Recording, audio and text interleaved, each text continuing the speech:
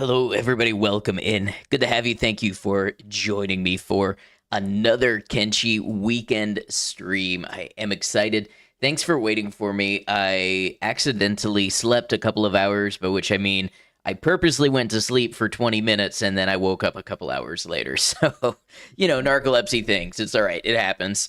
So, didn't get started as soon as I wanted, but that is okay. Let me go ahead and say hello to everybody who's in here right now.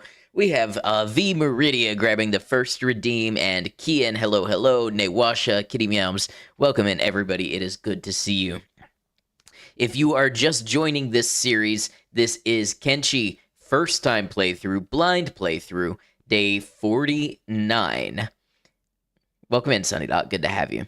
Yeah, so we've been playing Kenshi with no prior knowledge. We haven't looked up any guides. I haven't watched anybody play. I haven't let my chat help me. We've just been going at this game, experiencing it for itself.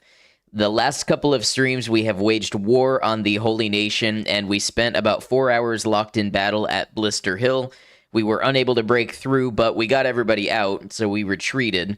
And now we are reestablishing, we are back at base. We're going to get any of the gear that we might have lost in combat, get our squad geared back up and ready to go back to war against some of the other outposts of the Holy Nation, and hopefully sort of weaken them and strengthen ourselves before we go back and fight the Phoenix himself.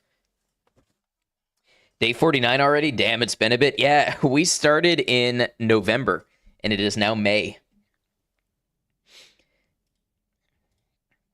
This has got to be one of the most in-depth first playthroughs I have ever had in a game.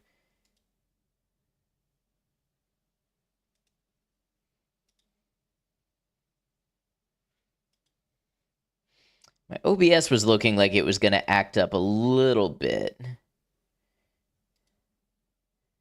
How many in-game hours? 211. Battle against Phoenix was wild, a real battle of attrition, and then they confiscated my weapons and started beating your guys with their own high-tier weapons. I know. They took some of our Edgewalker weapons and started using them against us. We lost some limbs in the fight, which quite honestly I think only benefited us because, when we lose the limbs, we get the toughness bonus from taking the damage, and then we put our skeleton limbs on, and then they get the dexterity bonus and the HP bonus. So I think all the way around, it was just getting stronger through attrition, which is a strange concept, but it's one that's kind of inherent to Kenshi. Let's get started.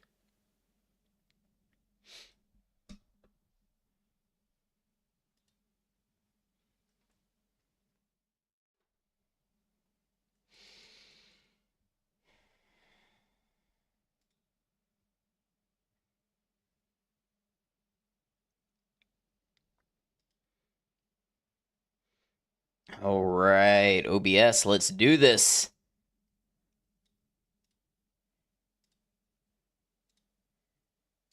It helps if I actually select the game to be captured. Hope everybody's having a good weekend.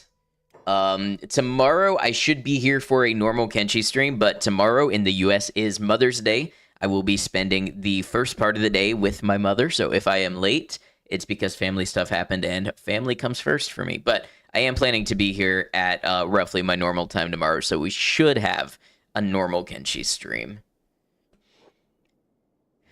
All right, here we are at base.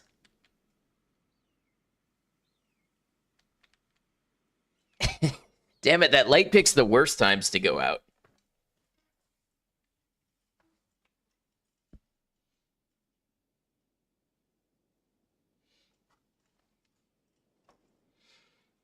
I mean, I got that light for free, so I guess I can't complain about it too much. It is my proverbial gift horse.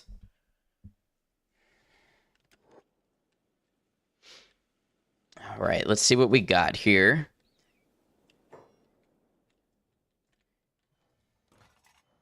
Wonder if we have enough short cleavers for everybody.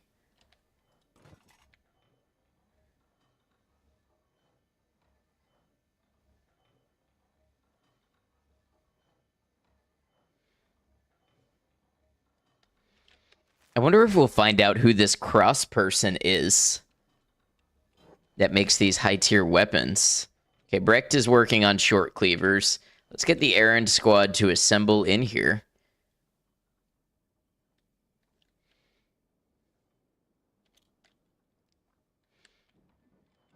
Also, did we make the clothing bench I wanted to build? Is this it?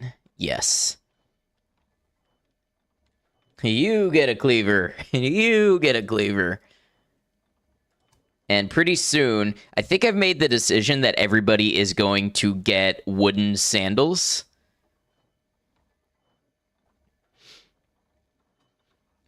I know at first sniff that does not make sense with our heavily armored build, but I think the samurai leg plates give a lot of leg protection. And if you notice the wooden sandals, they give a 5% buff to combat speed effect. I actually think that's kind of necessary for offsetting some of the speed losses we're getting from the current heavy armor. Last night at your current place for you, moving to the other side of the country tomorrow. Literally just walking around the flat and not able to sleep. For sure gonna miss this. I know how it is, you know, when you're used to living in a place for a while. Even if you're excited about the move and you want to be going where you're going, there's definitely an element of leaving behind what you've known. I hope the move goes well for you. And all that sand, they will end up kind of smooth after a bit. Yeah, I love also that the only ingredient to make wooden sandals are fabrics. So either wood is a fabric now, or they're just condensing fabrics into wood. I don't know which. We're going to go ahead and make that many wooden sandals. And have anybody not doing anything? Saint is still making chainmail.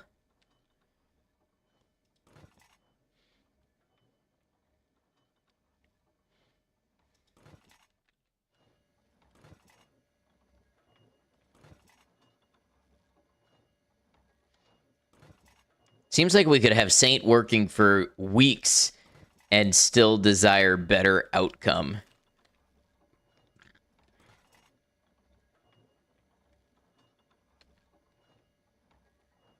I guess that's just how it is when it comes to trying to produce the high-grade masterwork equipment.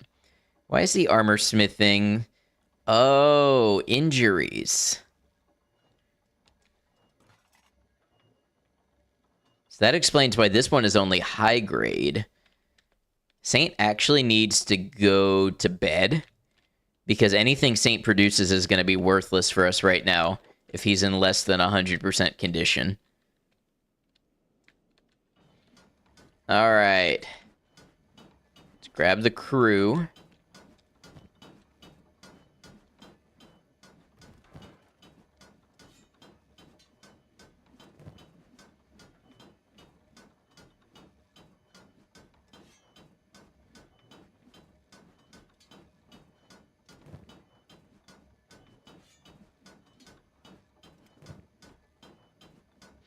Okay, Jinsei lost a weapon. Fumin lost a weapon. I think Beep has Fumin's weapon.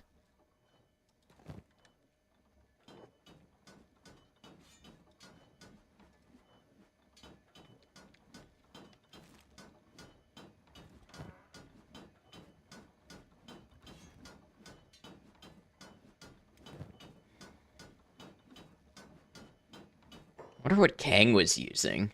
Heck yeah, your boy Beep. Yeah, Beep now has 3 robotic limbs. Where is Beep? There's Beep. Beep has almost become Cyber Beep. He's just hanging on to that right arm. He's also super fast, like 41 miles an hour.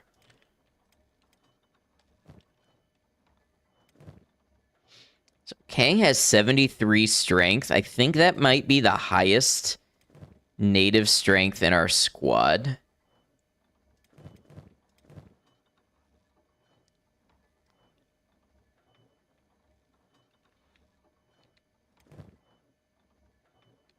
So, Although Gecko has higher strength with her skeleton arm.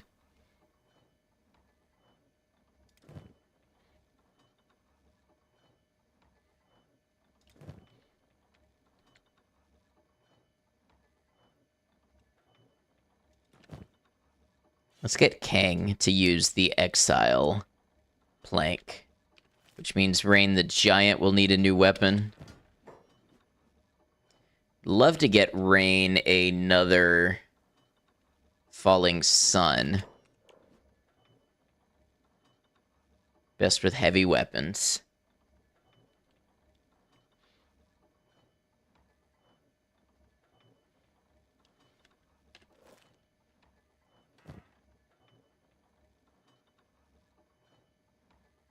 I don't have any of Edge Type 2.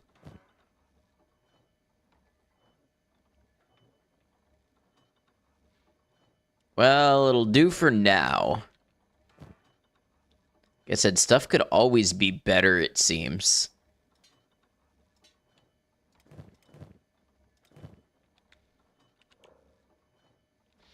Now, Inu is good with hackers and heavy weapons. Let's get Inu to maybe grab a long cleaver.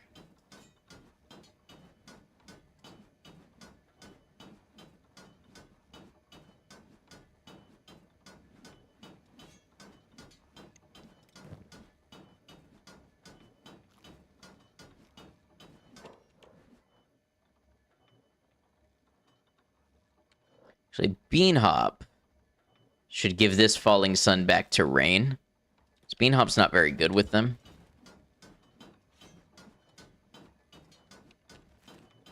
Hey, Willow, welcome in. Good to have you. We're just kind of reorganizing and re-gearing after last weekend's adventures.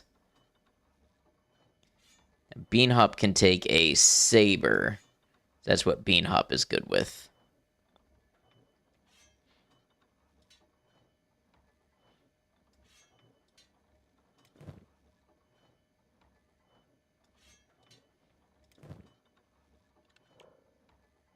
Wing Wang is also good with sabers.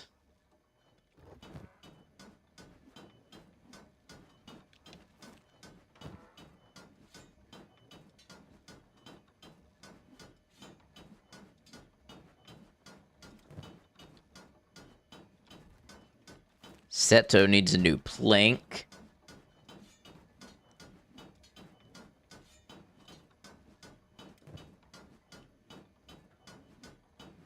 We have a saber for Beep.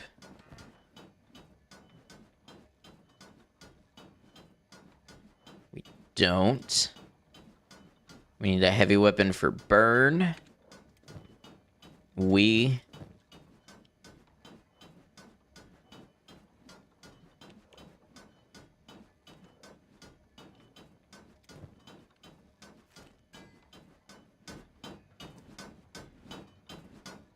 Let's get a couple sabers in here.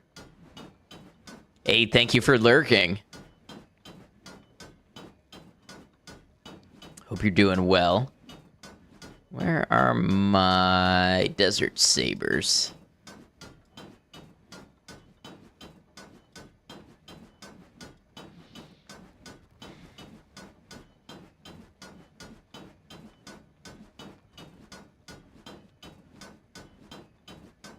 Go ahead and grab a couple planks as well.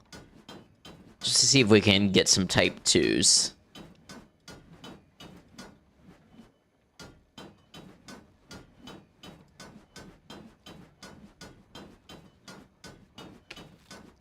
All right. Now, this is a lot of management, I understand. We have a lot of people we've got to rearm after everything that went down before.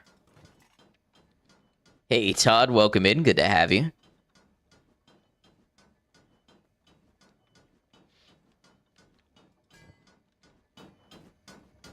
So we'll skip Beep for now. Burn is good with heavy weapons. Just straight up heavy weapons.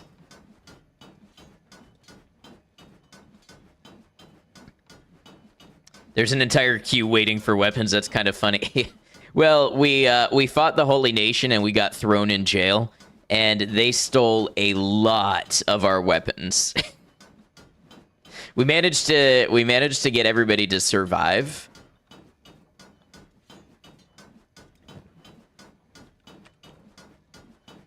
Now, we is good with hackers, so we actually can grab this moon cleaver.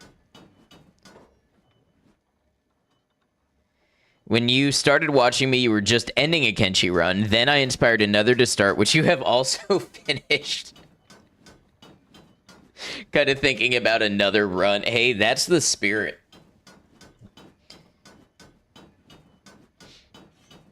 Really thought someone would die there? You remember a few close calls? Yeah. The only thing it's done is make us tougher. Okay, so... we need to let Brecht cook on some weapons for a little bit. Let's go see what Zim is doing with robotics.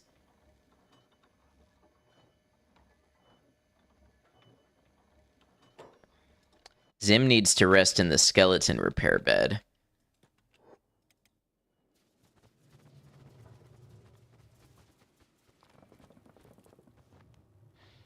There we go. Get that left arm fixed up. That way we'll be making good robotic limbs.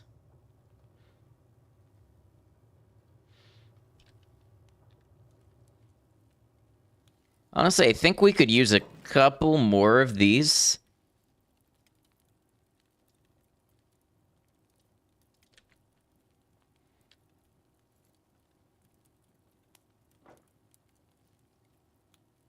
Let's not place them too close together.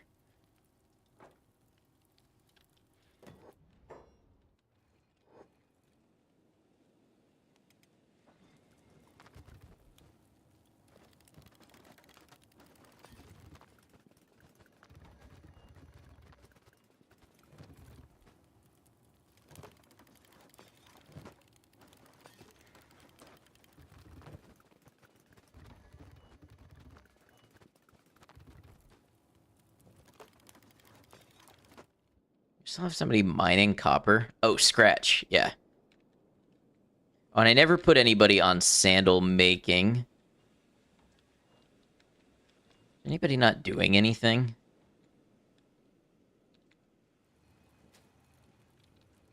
Oh, I didn't realize. Do we have two full... Yes, we have two full storage full of food items. I thought we just had the one.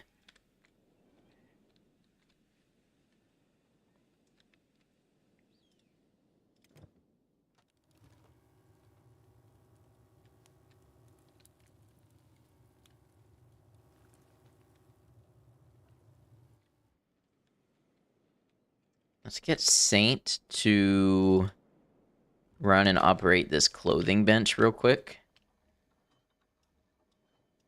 Move it up.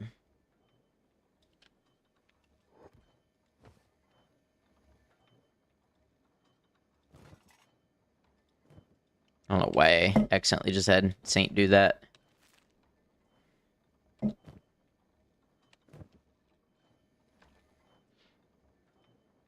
Yeah, look at that. Armor smithing 94. We should be making some high-level stuff now. What is Brecht's weaponsmith?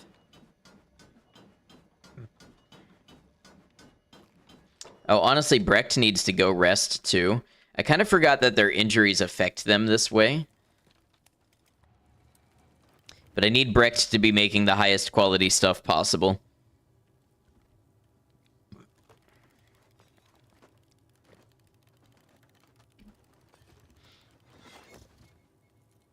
That's an important thing I guess I haven't paid enough attention to, is having people at their full health when they are craftsmen, because their skills deteriorate when they have injuries.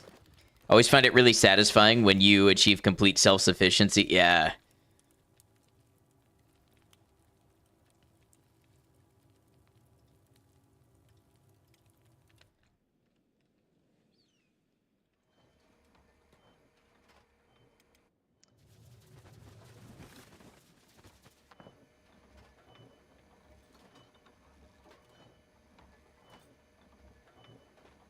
Zim now has a robotic skill of 80, more or less. You know, minus a little due to injuries. Zim is making skeleton muscles. And then we'll want to make some new limbs. We might even want to go to Flats Lagoon and see if they have any good limbs for sale. It's just right down the road, basically.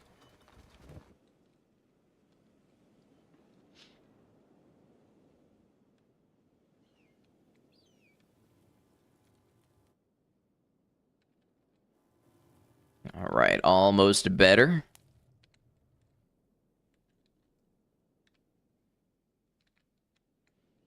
That's probably good enough. Yeah, weaponsmithing 90, that's what we like to see.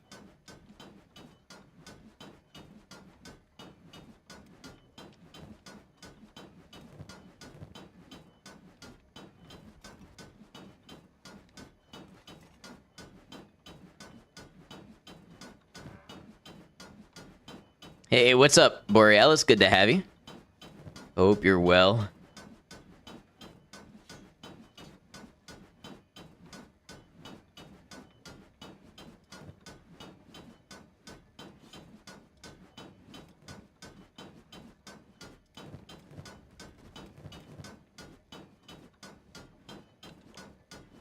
Jinsei is good with the heavy weapons, so Jinsei needs a plank or something.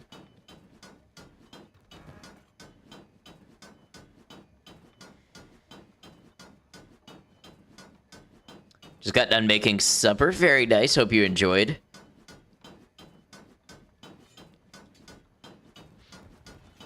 I ordered some Culvers. Pretty good. Not good for me, but pretty good. How's things going this time around? Pretty good. We are rebuilding. We are getting everybody, you know, back equipped with weapons and such after we took a bit of a beating from the Holy Nation.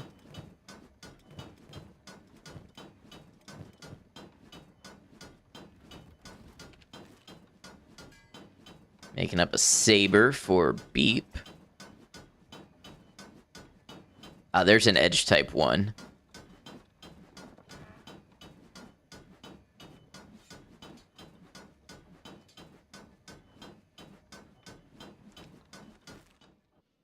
Okay, we're starting to have what we need. I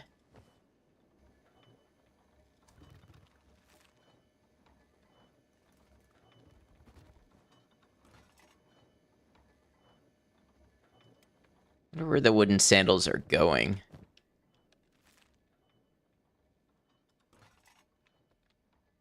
Oh, there's a bunch of weapons over here, too, that we forgot about. Are any of them... we have some short cleavers, if anybody needs some.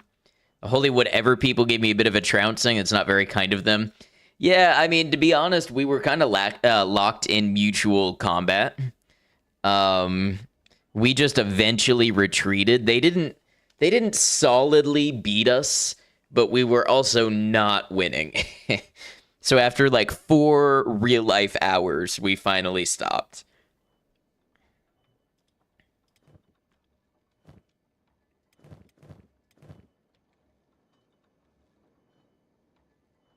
Spent a solid 8 days in game crafting better equipment. Yeah, it'll happen.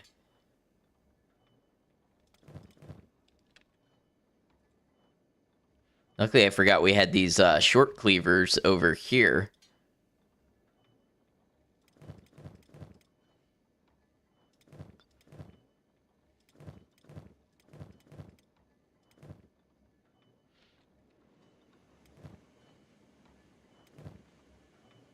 Is that everybody with at least an edge type 1? Looks like it could have gone either way for a while, but think it started becoming a loss when people couldn't break out of jail quick enough. I think it was that, and I think it was the rotating guards coming in from patrols. We would get to the point where we had an advantage over the people we were fighting, and they would be, you know, mostly stripped of equipment, and they would be injured and some of them missing limbs, and then they'd get a fresh rotation in of guards, and we'd have to start the process all over again. And meanwhile, we were getting worn down slowly. Today you fell down a mine shaft. While you were digging in Minecraft, landed in an underground lava ocean again and lost everything again. Uninstalled the game from your Switch. Oh no. I hope you have more fun playing something else for a while. Eventually they just whittle you down, then the change to the guard. Exactly. All right, Rain the Giant is currently showing free feet, so let's get some sandals on. And who else has the feet freed?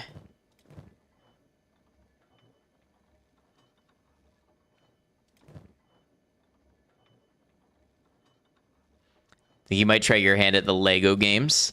I don't know if I've ever played one of those.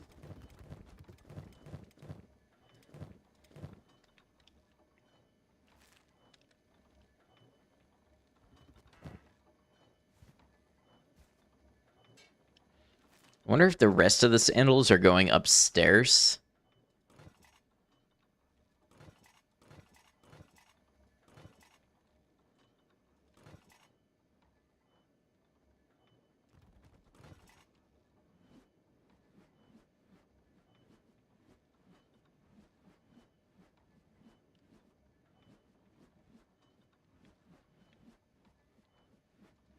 Ratchet and Clank. Yeah, I didn't grow up on Ratchet and Clank. I did grow up on Jak and Daxter. Weather in Kenshi is pretty good this time of year. It is. So let's hope I don't regret swapping people out for sandals.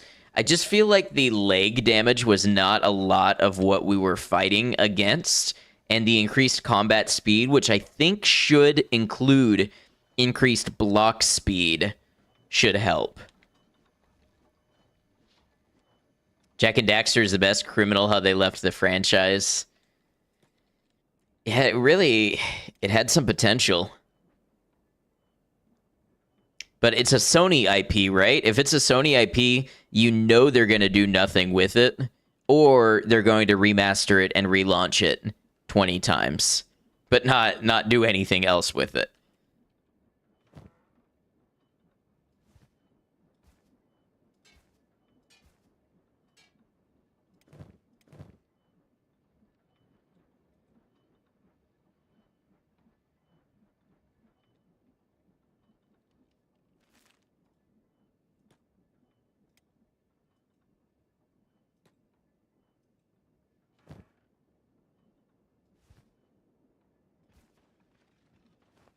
Sony, Naughty Dog, but Naughty Dog has been busy with everything. The Last of Us. That's what I mean.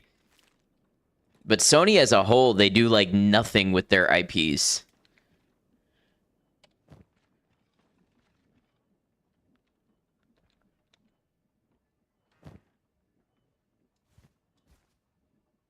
Wonder if they're going to make a third game, The Last of Us.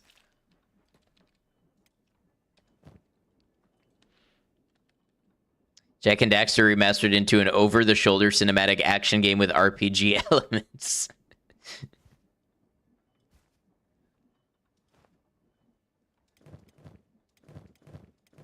Huh, I just realized my whole bottom row here does not wear boots. That makes that kind of easier.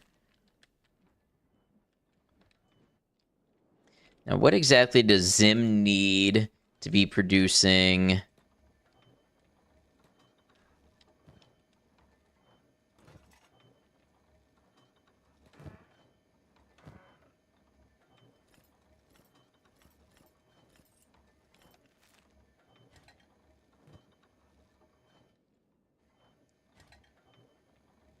We need robotics components and electrical components.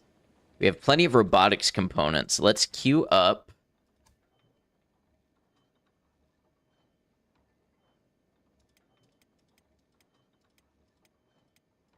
Two full sets.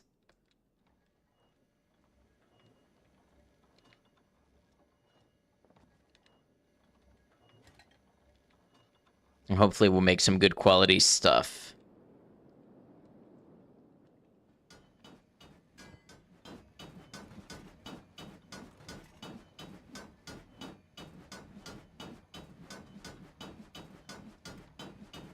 Oh, I saw an edge type too. Where did that go? Beep. Get over here. I got a better sword for... Oh, Beep is over here. Okay.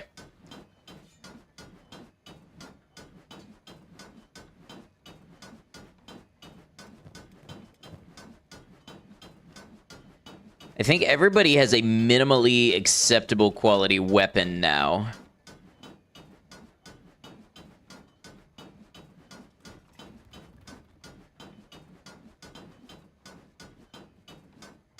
We need to throw some of this stuff in the incinerator, but that's just a whole bunch of management.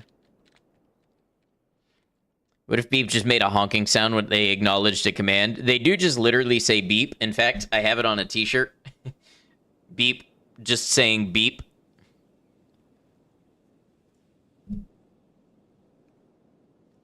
We love beep.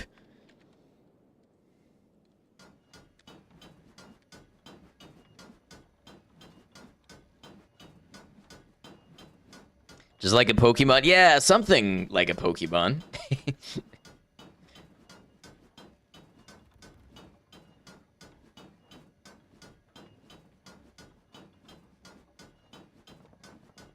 So who has our highest toughness? Might be Truth. Oh, or Rain. Got a lot of people in the 60s for toughness.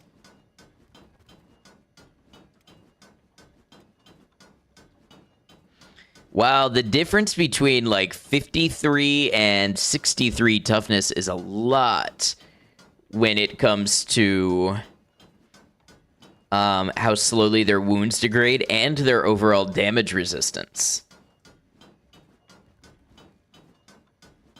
Maybe I need to send them to fight without armor for a while. I think you asked this before, but can't remember. Can you name each soldier or are the names randomly assigned? It depends on who they are. There are story NPCs that will always have a fixed name. Or I guess fixed NPCs. They're not necessarily like story. And then there are NPCs that are randomly generated and you can change their name and their look and their hair and all that stuff. Ooh, look at this. We got a masterwork left arm. Who's got a skeleton left arm that could use an upgrade? Wing Wing.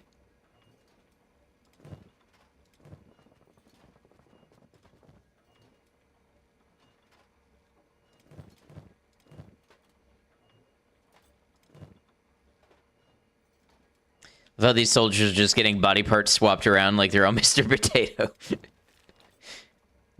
They grow stronger.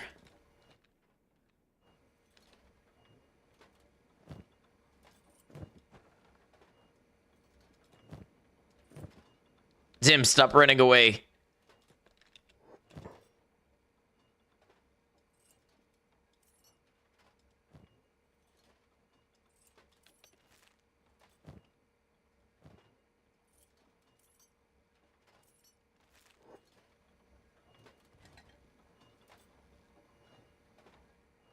And it will be even better when we get some more AI cores and we can research the higher quality skeleton limbs.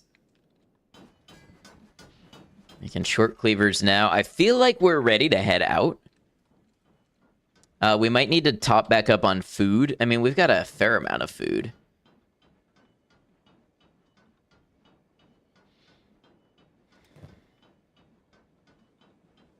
What do we have for limbs?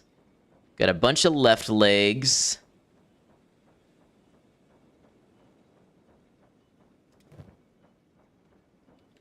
So we should make some right legs. Oh, what's happening here? Hungry bandits.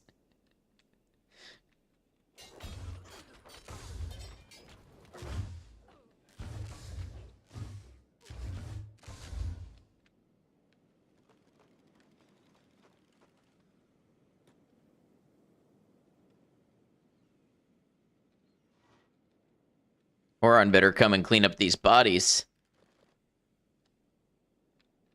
Oh, I guess Oron is actually hard at work. It's a great feeling when you finally look at hungry bandit groups and go, meh. It's a lot of dead bandits, it is. Oh, we chopped both of this one's legs off.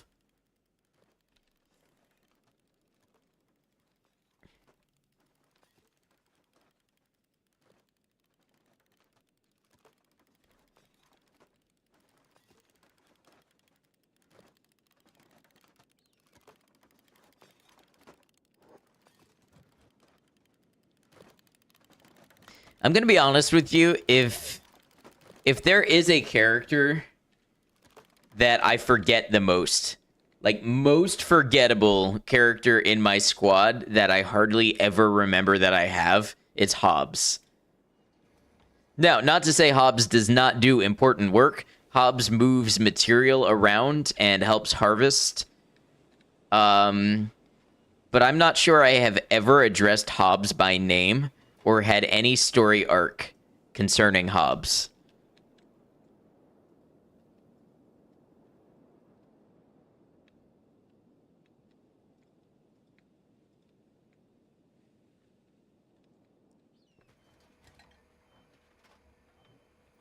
Don't let Calvin hear you say that.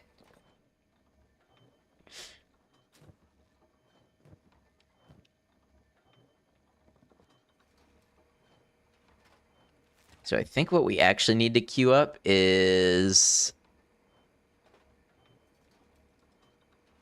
right arms and legs for now.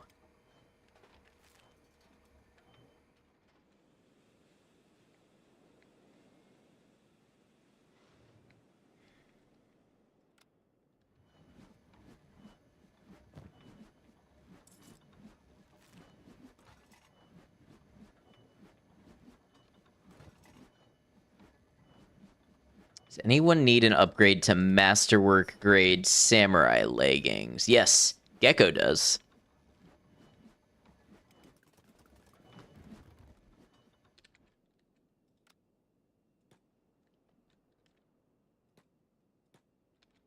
The Hungry Bandits are one of the few groups of bandits that you feel guilty when you murder them all. I understand. Because they're just hungry at the end of the day.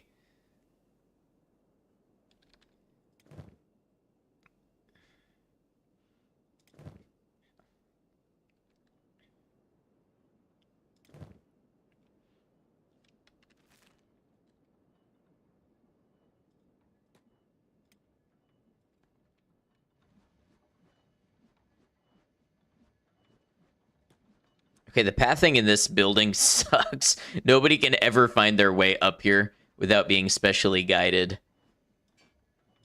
All right, looks like that's all the spare masterwork stuff we have.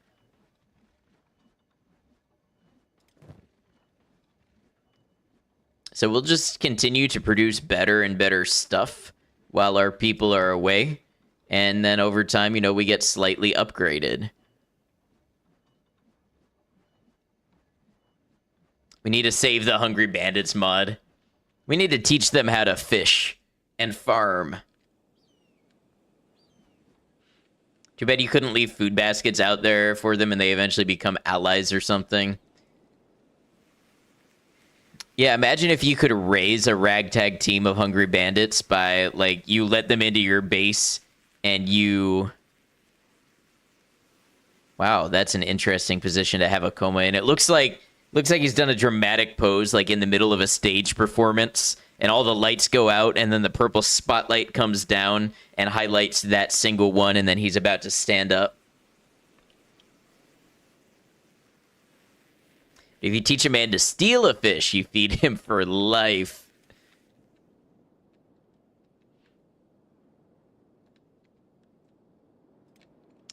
All right, let's get Gecko to grab some food.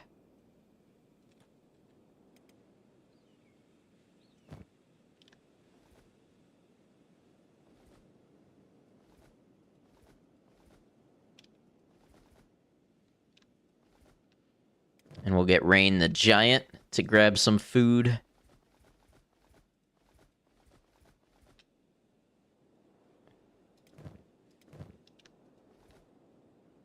Okay, we'll turn Rain's jobs off. And then get Rain the Giant to grab some food. Because I forget they put stuff away in containers if they have the jobs tab marked. It's like the anime pose as he's defeated but remembers all the friends made along the way, culminating in him standing up with a new powerful form. Except this is Kenshi, so he just dies and his body gets eaten. The dialogue log just fills up with his screams. Because, of course, whatever's going to eat him is going to start with the arms and legs first.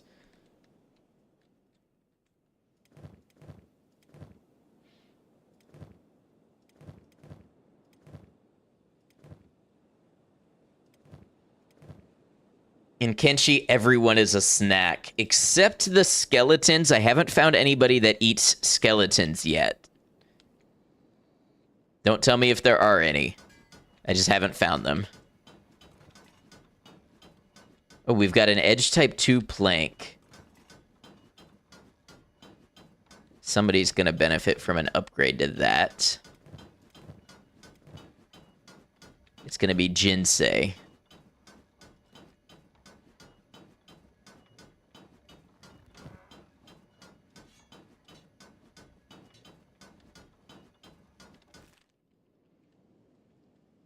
All right.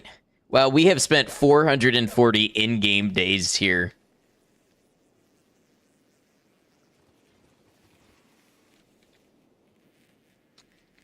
Got everybody together.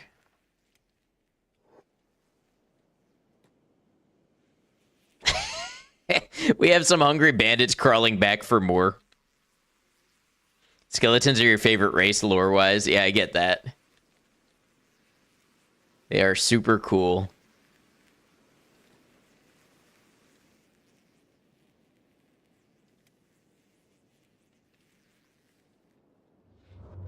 All right. Well, this is interesting. No, that was always an enemy. Okay. So we are supposed to go to Okran's Shield next.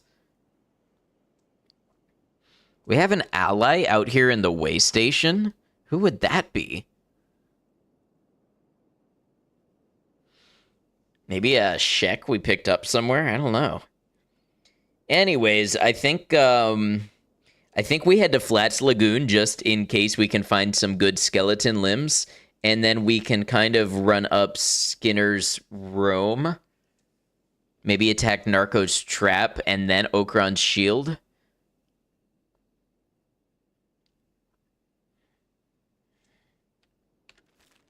Who's Photo in combat with?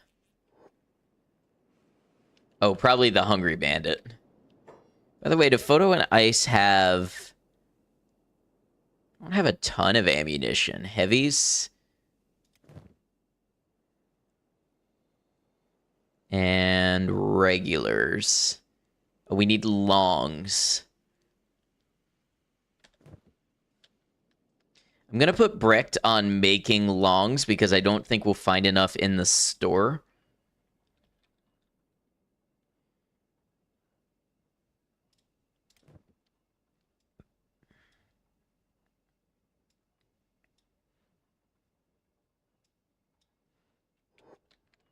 Just while we're away. Maybe not even the whole time we're away. Is that a repeat queue, by the way? No, but it's close enough. It might as well be. Okay. So we'll have to make a trip back through to get crossbow bolts. That's fine.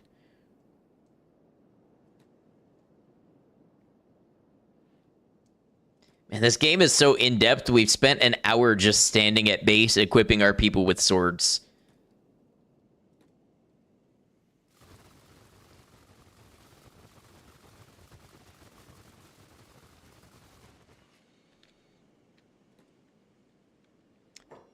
Following along with the VODs, thanks for doing this playthrough. Hey, thanks for coming by. I'm glad you are enjoying the playthrough. It's been one of the favorite that I've ever done on this channel.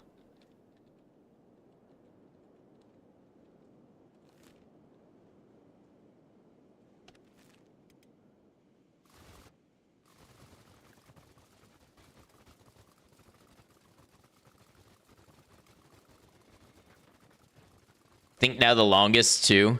It Fallout 4 Frost is real close. Hello, by the way, my Koshi. Yeah, Frost is close, but this might beat Frost at this point.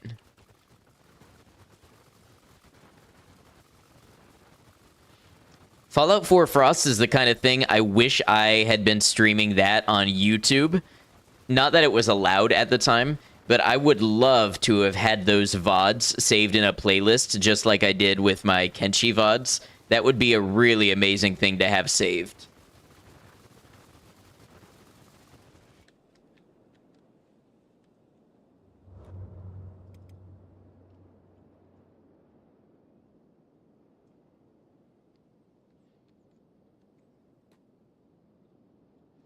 Caught up on the episodes, now you're going back through and watching the VODs. I appreciate it.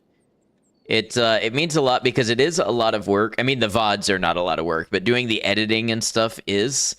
And I'm glad that people still enjoy it and keep up with it even a long time, you know, after the streams have gone by.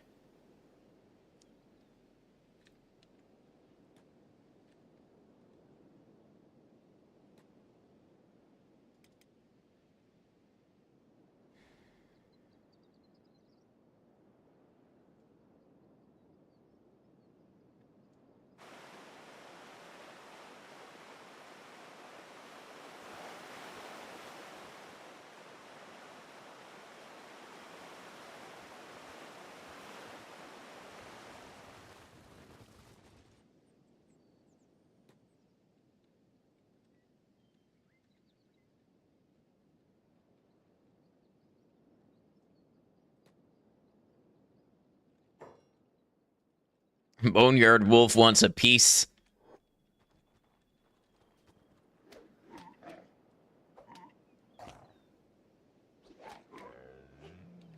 And it got one.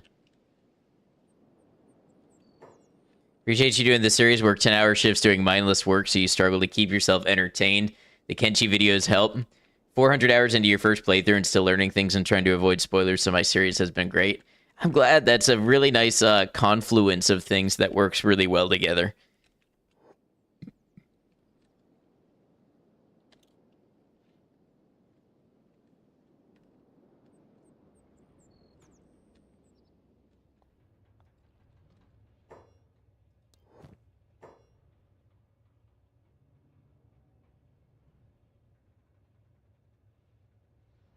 Okay, nope, not seeing anything I particularly want here for skeleton limbs.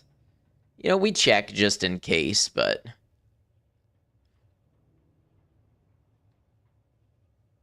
Very rare to find Kenshi content that isn't people absolutely cheesing and busting the game or running straight to what's considered very endgame content.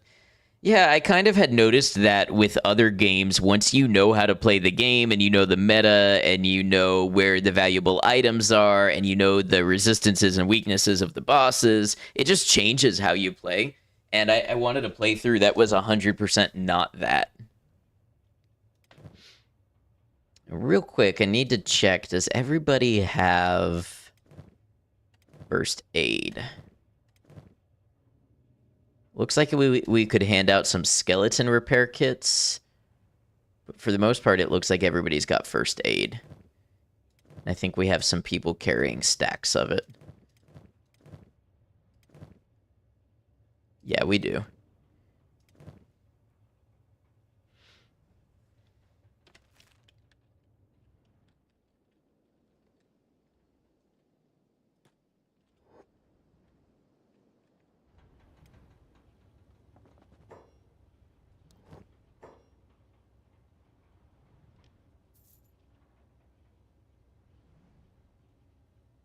Oh, that was a good amount of longs. Wait, why is Ice not wearing... Oh, Ice isn't wearing this chain shirt because it reduces crossbow effect. But it's in his inventory if we need to swap to it for hand-to-hand combat. You're a role player at heart, so I always love to see people doing immersion runs or playing the game how it was intended to be played instead of glitch hopping up the side of a mountain. Skyrim. You know, I've enjoyed poking at this game and finding things about it that are maybe not intended, but it would have taken some of the fun out of it for me if I had just Googled, like, Kenshi exploits. You know what I mean? Like, there was one point where I kind of exploited the crime system. Hey, Anonymous, thank you very much. Kenshi hardcore no minimal cheese long play FTW. Hey, I really appreciate that, and I'm glad that you enjoy the playthrough because I am loving the hell out of it. And thank you very much for that contribution. Pretty much all the money that I make on streams these days goes to buying games on Steam to stream, paying editors, and paying thumbnail artists. So that pretty much all goes right back into the stream. Thank you very much.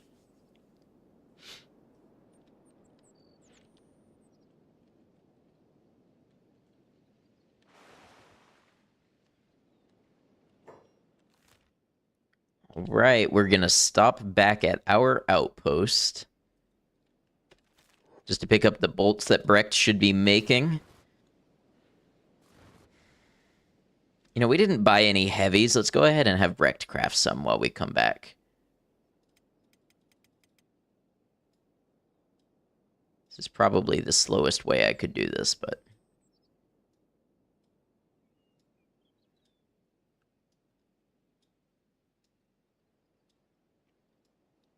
it'll work for Photo's spring bat. Yeah, hell yeah, hype on the tip. Very cool of you, Anonymous.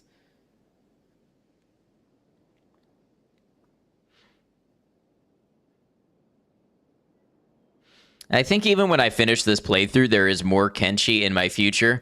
I've definitely talked about some, like, challenge runs and unique runs and things like that. They'll probably be shorter. I don't know if they're going to be another, 300-hour run. But I think we can have a lot of fun just playing around with different things in Kenshi after I've had my fill of the first playthrough. Yeah, you get those beak things. Go get them.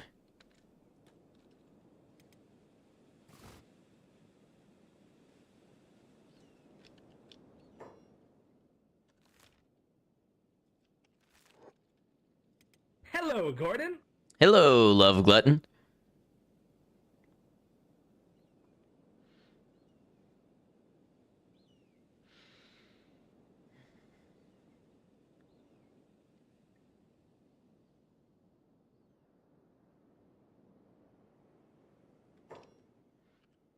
On a quick break after narrowly avoiding a TPK, how is the war effort? Well, Michael, we have spent an hour gathering swords and arrows and boots and stuff.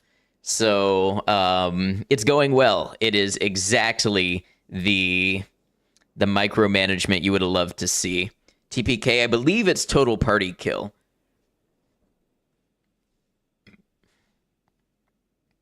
Oh, we need to get Burn and Truth in the skeleton repair bed, too. I almost missed that part. Look at all this wear damage they have.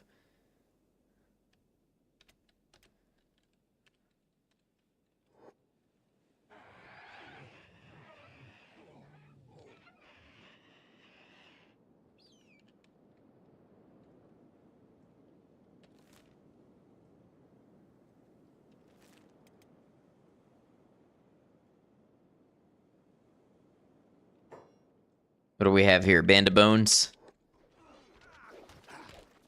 Dust Bandits. You people still exist?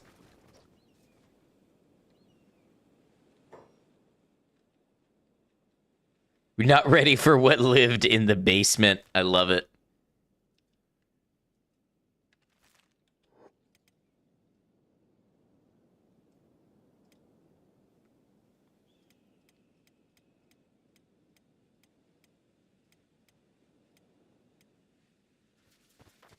Feel bad for Hungry Bandits, but all your homies hate Dust Bandits, indeed.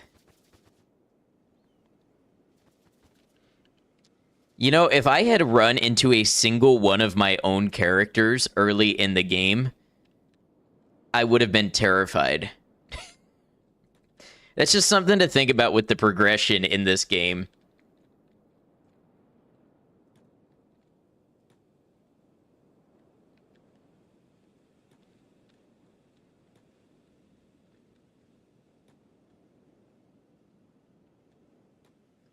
Yeah, I don't particularly care about your wares. Don't get me wrong, I have coin.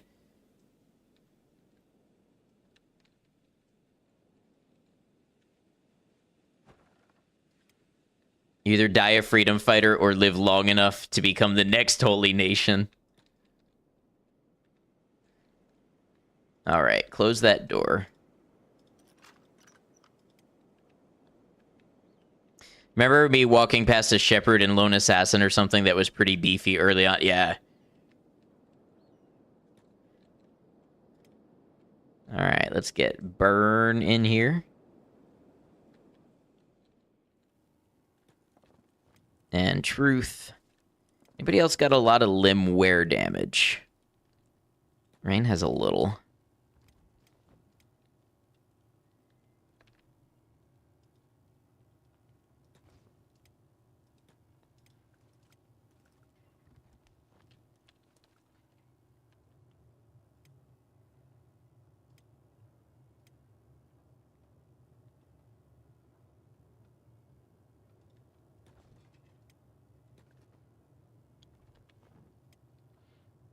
At some point, it almost makes sense to make, like, a bunch of our beds skeleton repair beds.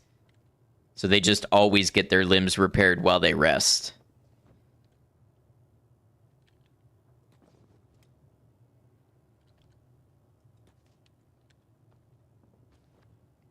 Wait, what kind of leg do you have?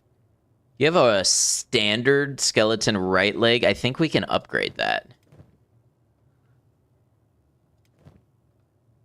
It's funny, I'm always seeing little things we can improve. Let's go see what Zim has in the box for us.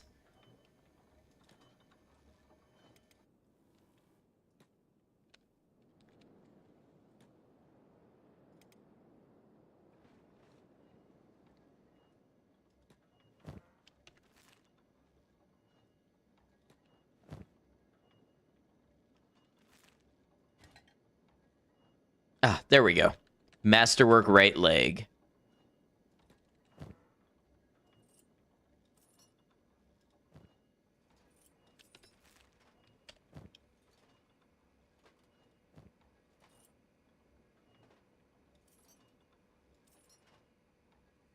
That's a huge improvement in HP, and it comes with an athletics boost.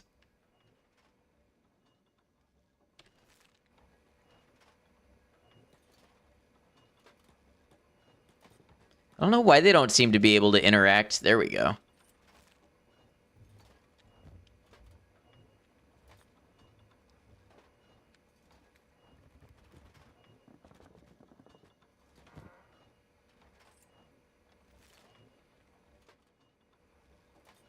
All right, we got Twitch ads real quick. So this is going to be a break real fast. I'm just going to run to the restroom and let most of these ads play. When I come back, we will finish getting everybody equipped and we will head out for more war against the Holy Nation. I'll see you there in just a moment. I appreciate you.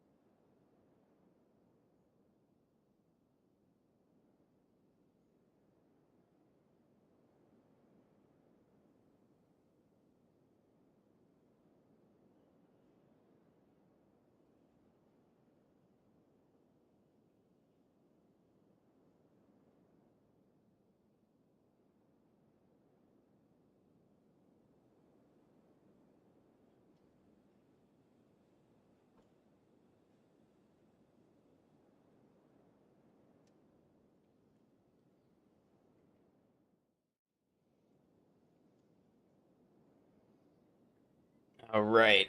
Get myself internally lubricated with some hydration.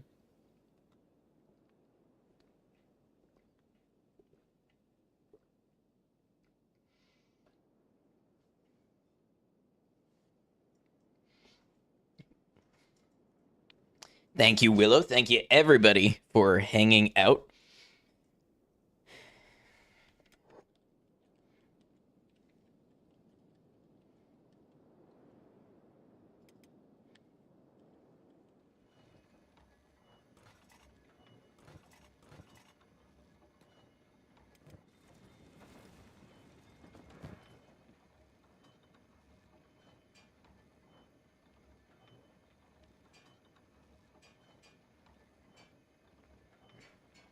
That ought to do.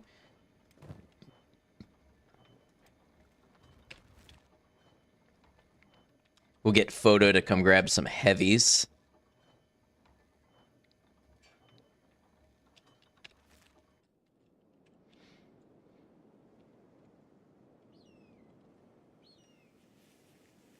Anytime there's a big pile of bodies like this at the door, I'm just waiting to see a beak thing among it all. Hey, Ezra, how's it going? What you missed today was just about an hour of gearing up for war. What you missed the past couple of streams was fighting the Holy Nation, including the Holy Lord Phoenix and the Protector of the Flame. We had a 4-hour battle with them, and we escaped. Nobody died, but we lost a lot of weapons and equipment and stuff, so we had to step back and rearm and reorganize. So that's what we did today. We're just about to head back out.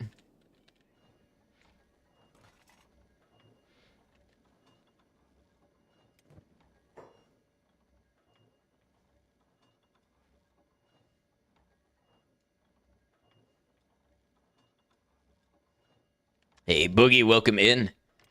And yeah, Love Glutton, we are glad to have you here. You were there for that, just more quiet than normal. Good to see the war is still ongoing. Yeah, we just had to step back and take a tactical retreat real quick. And that's what we did. We came back home. We got beefed up again. Imagine if this game had, like, plague or, like, disease risk. So if you just allowed the bodies to pile up at your door like this, your people would get sick. I think RimWorld maybe does something like that.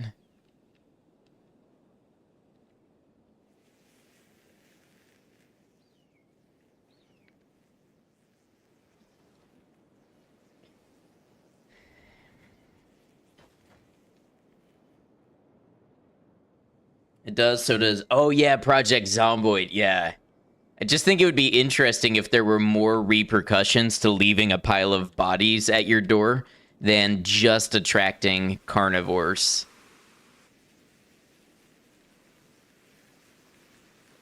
But I feel like the hive and the... I feel like the skeletons would be totally impervious to the disease, and the hive would be highly resistant to it. All right, let's get everybody to assemble up.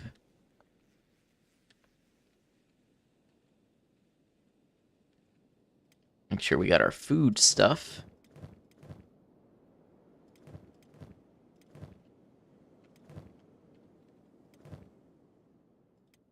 Let's get Kang to grab these extra limbs.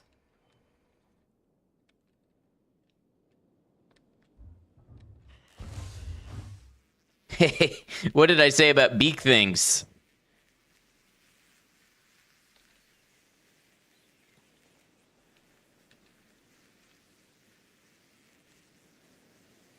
I don't know how Beep ended up outside the wall.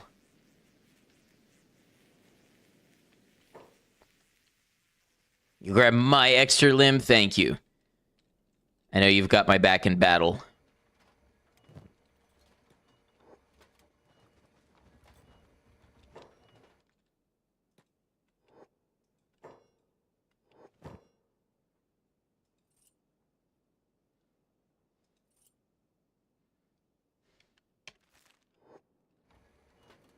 Bedroom battle. No matter where the battle takes place, I would be lucky to have companions such as you. Maiko, thank you for lurking.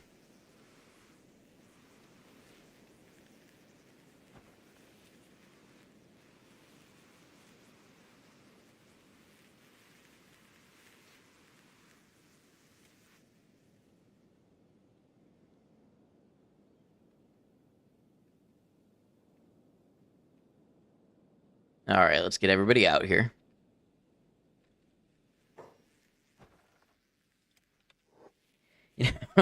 It's funny. I started posting on Instagram again recently, and usually I post like game clips and things like that.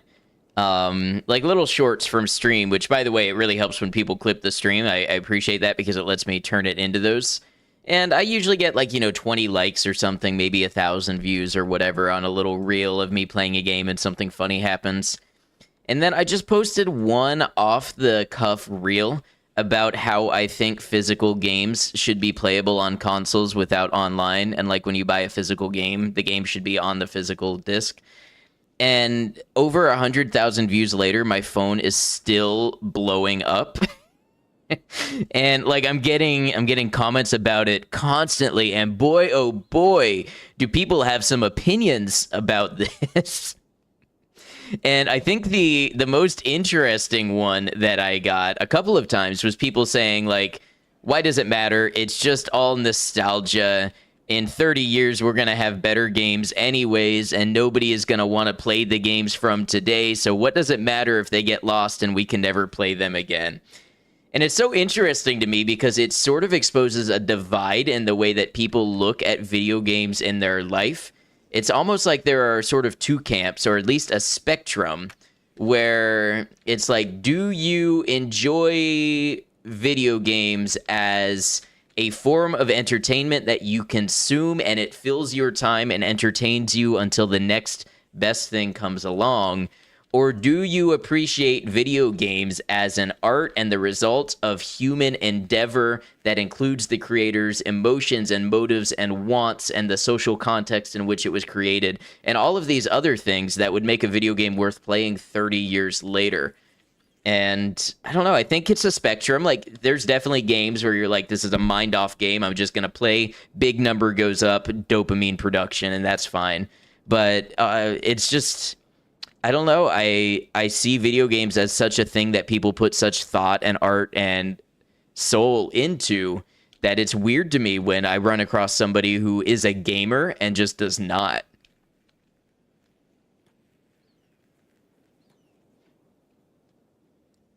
It's a pretty big controversial event going down right now with PlayStation regarding that exact same topic, so probably where you're getting so much attention on it. You know what's really funny is that I didn't mention an entertainment studio. I didn't mention a console. I didn't mention a specific game. People came up with like a dozen examples right off the bat. People tagging Sony, people tagging Microsoft, people tagging Nintendo, people saying, oh, you're going after Doom the Dark Ages, and you're going after Call of Duty. And I'm like, I just put the skeleton out there and you wrapped the meat of life around it however fits. Also, Ubisoft is claiming that buying digital keys are limited access licenses and not rights to owning the game you just bought. Exactly. And my whole thing is if I buy a physical game and a console, I want to, in 30 years, take the game out of the box, take the console out of the box, plug them in, put them together, play the game. Because when big entertainment companies stop supporting the servers and the downloads and the updates, I want to still have access to my game that I bought. And the flip side of that is if you don't, what kind of waste is that? We're just manufacturing plastic things that are just physical license keys that are going to stop working in 20 years and be irredeemable pieces of nothing? That doesn't make sense to me. If you're gonna physically manufacture it, make it to last. Make it something that can be passed down, enjoyed in the future. Hey, Cemetery Chick, welcome in. And then I came across another comment earlier on the internet that somebody was like, oh, imagine waking up in 2030 and you open Steam and Steam's AI generates a game for you to play and it makes 5 different games and you just get to enjoy a constant stream of games made just for you. And I don't know if it's just me, but I'm like, do you even like video games? Or do you even like the heart and soul behind the people that make your video games right now? Or do you just want to be fed digital content made by an endless algorithm to keep you entertained until you die, maybe? I don't know. Hey, Ted, what's up? How's the Kenshi? It's going well. We are arming up for war against the Holy Nation. It's to know you want endless new things, but you also want old things to be permanent. I understand the utility behind AI being able to create things that are intellectual property, but with my limited time on this earth, I want to experience creative endeavors made by humans that tell me something about their experience with existence or share with me a perspective that they want me to see. You know? It's like I'm not even going to be able to play all the games that exist as it is. I'm not going to cut out human-generated art for AI-generated stuff. Be back in just a little bit. Got to do some errands, but yes, I agree. Let me play what I paid for. Whole enjoyment of video games, as with most things, is sharing the experience, sharing it with both the creators and other players. Right. And I do think there will be video games that use AI in artful and thought-provoking and meaningful ways. But I think producing it the way we algorithmically produce pop music hits is not a good thing, the way it was not for the music industry.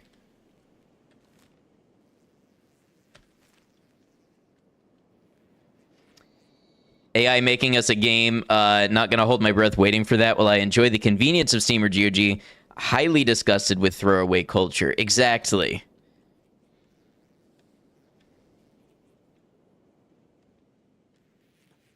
If you want interaction, post the stare rant. Wait. I don't remember a stare rant. Are you talking about the floor 0/floor 1 thing? Because if I had a clip of that, it would absolutely be posted right now. That was gold. That was one of my favorite conversations we ever had. That's one of the things, again, I wish I had been streaming on YouTube for longer, because YouTube streams become VODs that I can go back to and reference. I guess I probably uploaded my Vampire the Masquerade VODs to my old YouTube account, so they might still be there. But, you know, you can only go back like so many days and clip stuff on Twitch, and beyond that, it's a real dive into the archives.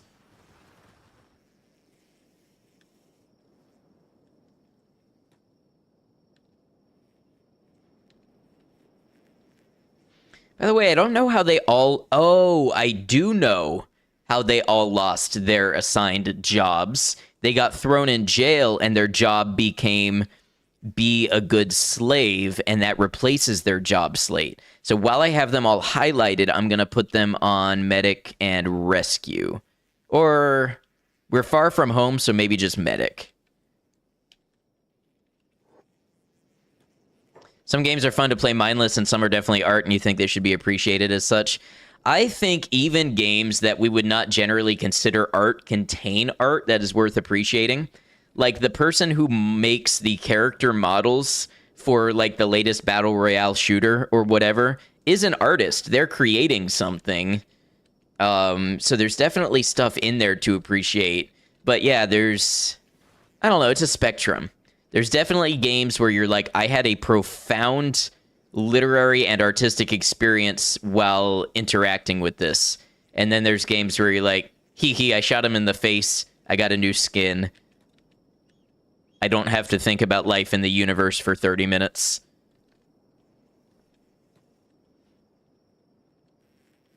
As a developer, you're bombarded by upper management every day to use more and more AI.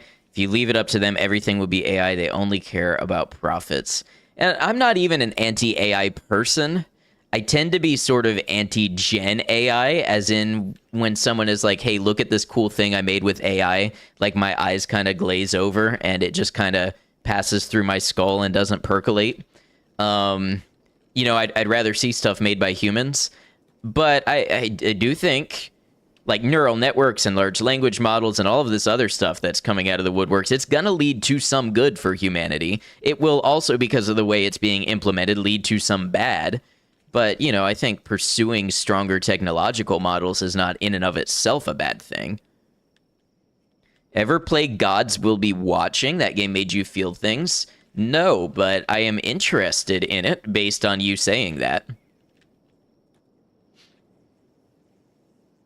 You know, a funny thought I had about AI the other day is that if you think about all language as an expression of mathematics, there is probably a combination of words that will get you to do or believe just about anything, the exact perfect combination of words.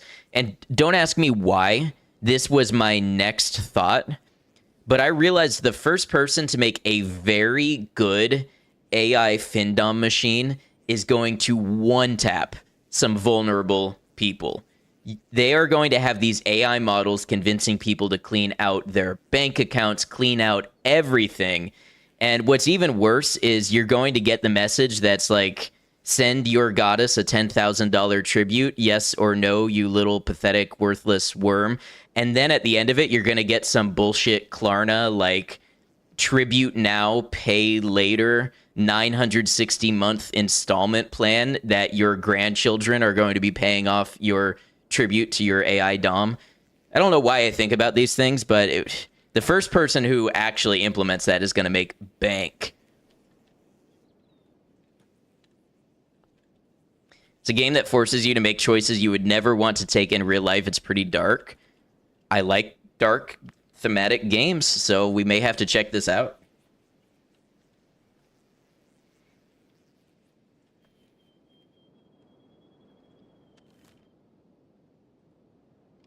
I've been yapping so much while we just crossed the desert. This is great. This is a good time.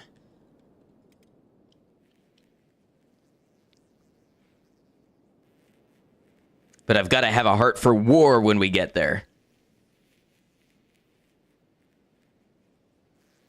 Never mind, he definitely didn't know I was thinking that the other day. The inner machinations of my mind are an enigma.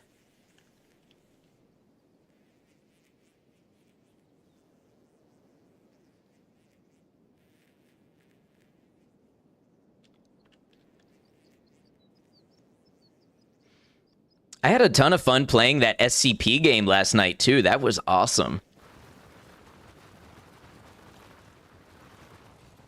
That was my longest stream in a while. I didn't expect we were going to get in the mission and it was going to go almost 3 hours. Oh, by the way, guess who had an entire 6-hour stream yesterday with his YouTube stream set to private? So if you're on YouTube and you're thinking, what is he talking about? Stream yesterday? Yeah, we had an entire stream. Twitch went off as normal, but YouTube was set to private. I just thought nobody wanted to watch indie games, and that's why my view counter stayed at 0 the entire time. No, it's because I had it privated. So if you want to see what you missed, it is now public on the channel. You can now go back and see it.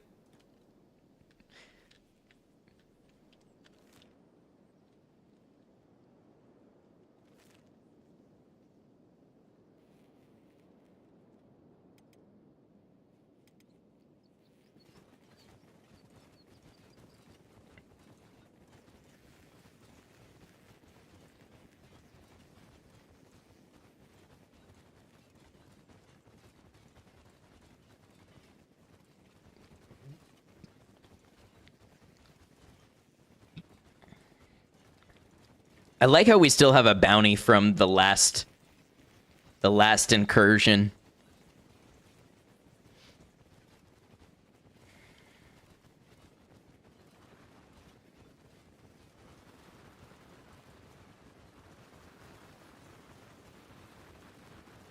Hey, what's up, Pi? Good to see you.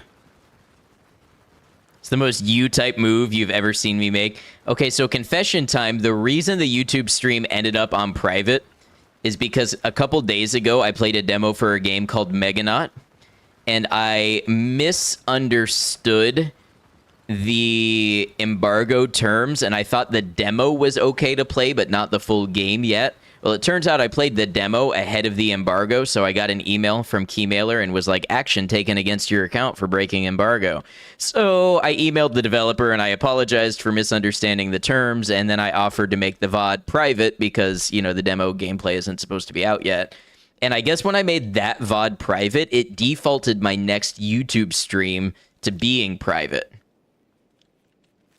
So you have escaped the Holy Nation stuff. Indeed, we got out of the frying pan, and I am eagerly jumping back into the fire.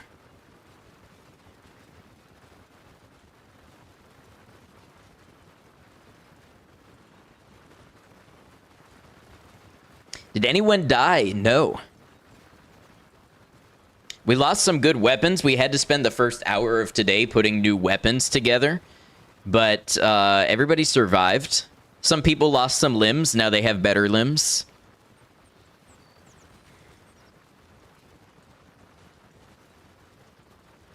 Did I lose any Meito? I have lost Meito in the past. I think I held on to all of the ones that I had at this point in time.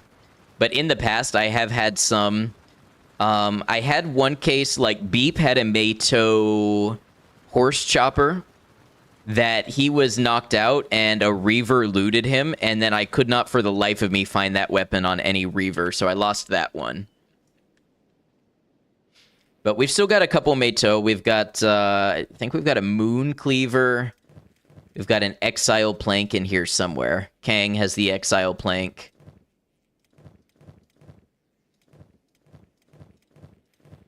None others.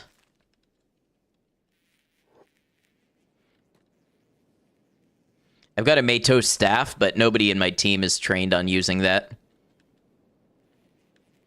Only one gun. We've got two. We've got Photo. And we've got Ice.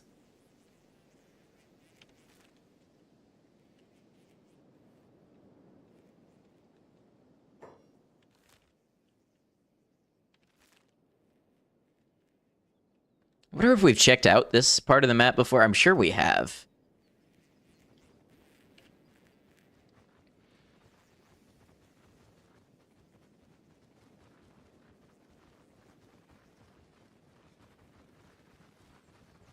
What's the strategy this go around? Don't attack Blister Hill. We have the same combat strategy as we had before. Well, actually, I want to make sure everybody has skeleton repair kits. So Gecko should trade with Truth and grab a fresh one. Rain should grab one. Beanhop should have a fresh one.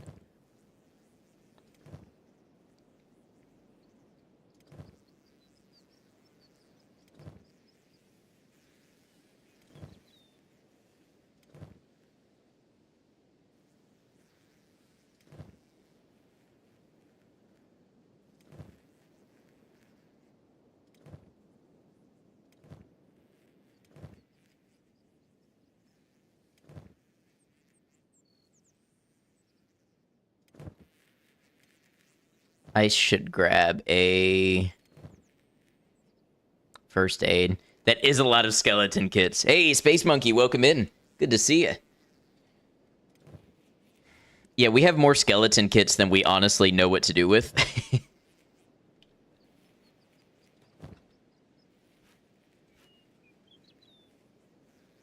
Hope you're having a good one. Same to you. Things are going good. The mood is good here. We're having a good time. We're laughing. We're setting off for Holy War against the Holy Nation.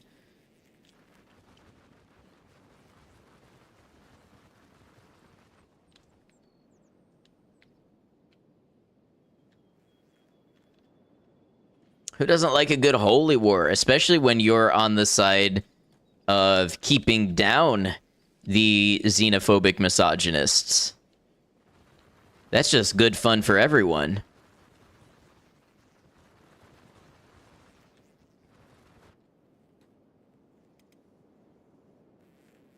Didn't I have Holy Nation going for my base when I was captured? This base. Wonder if they technically still are. Yeah. They're still technically targeting Green Valley Outpost. And the Shek Kingdom is there too, so they're just gonna fight it out. I don't think... I could be wrong, and I'll be surprised if they show up. But I would be surprised if the Holy Nation shows up this far this way. They'll have to go through what is now almost entirely Shek territory.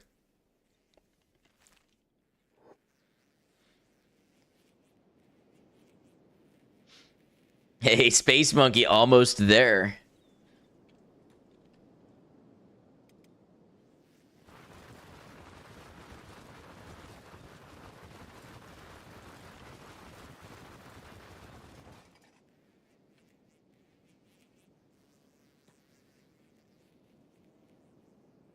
One more than never again. Man, look at that group of hungry bandits.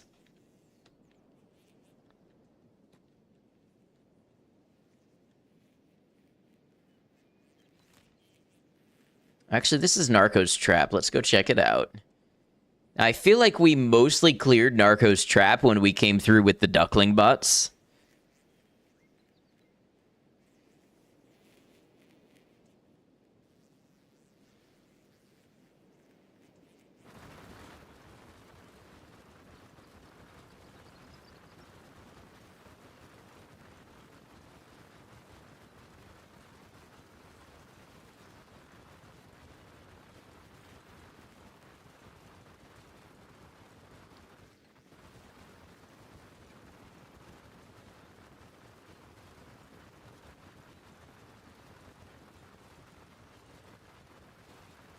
Forever awake. See, that sounds good to me at first glance, but then I think that's one of those things that's like a monkey's paw kind of wish.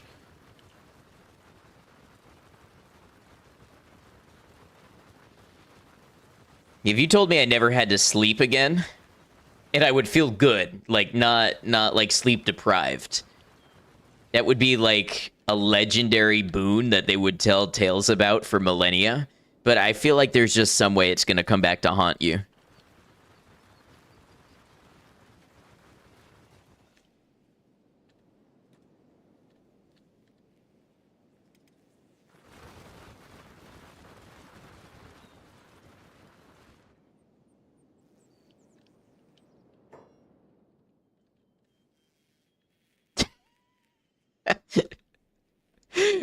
Is Narco's Trap now a single dude in his underclothes standing guard outside?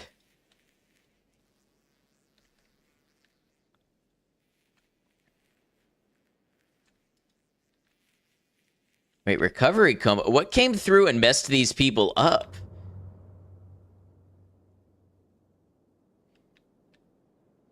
Unless it was me the last time we came through here and then they didn't recover because the cell wasn't loaded in. But I find that unlikely. Reminds you of a would you rather we did recently. Would you rather never go to bed again or never get out of bed again? That's a tough one.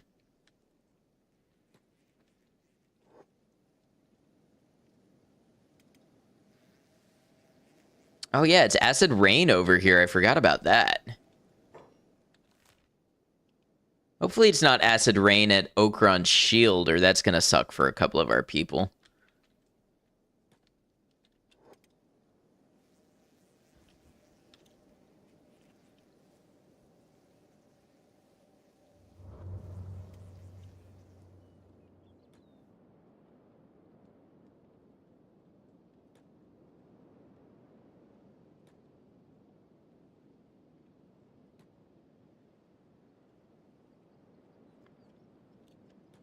Remember this junction from a video I was editing not too long ago when we first came this direction.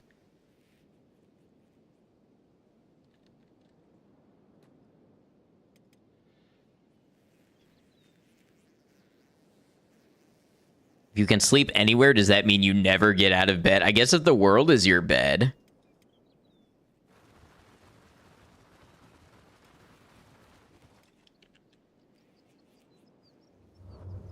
But I don't know. I've always heard the world is more like a vampire set to drain.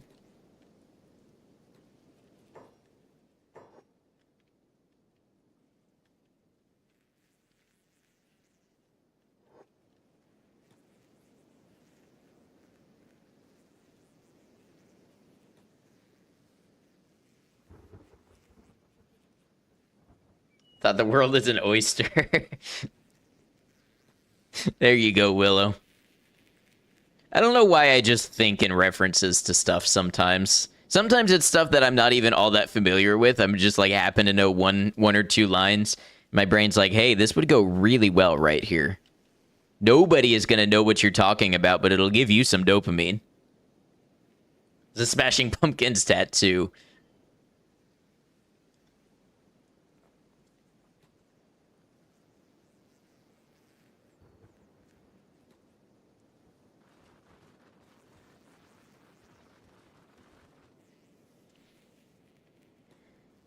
I needed to listen to that song that Armchair Civilian was telling us about last weekend, The Humbling River. I meant to listen to that this week.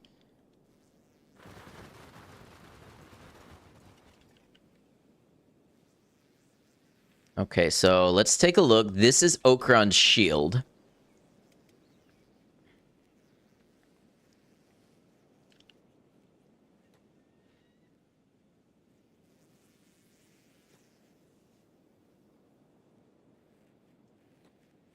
You love that song? The Humbling River? Show them how we fight. Oh, have we been spotted already?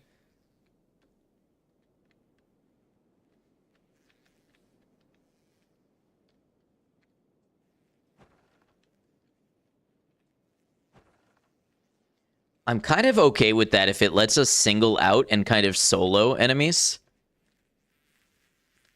Got paladins.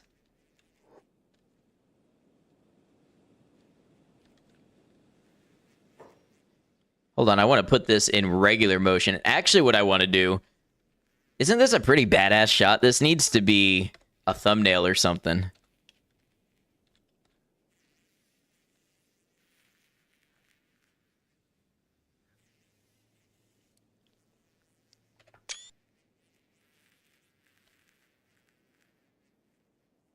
Never mind the fact that neither of their weapons are actually attached to their hands.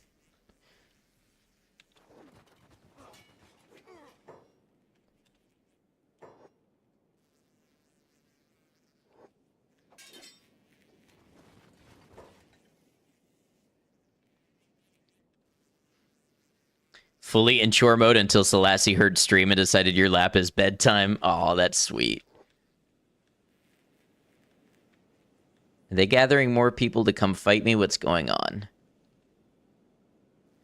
They're kind of looking like they want to.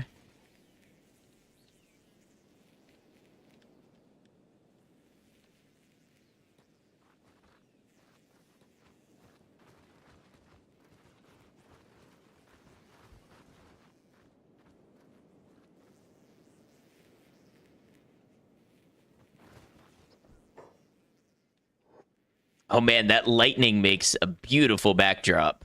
Okay, alarm raised. Evil, he says. I did not intend for us to rush the town, but here we go.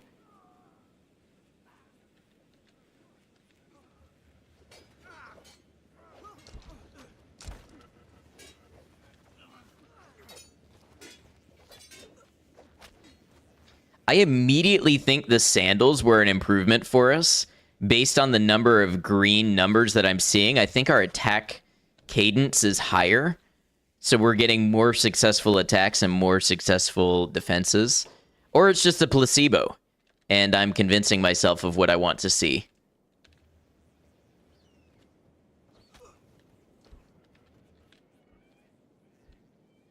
Has Rebirth taught you nothing? It taught me how to fight. Hey, Scanlan, I'm doing well. I hope you're well today.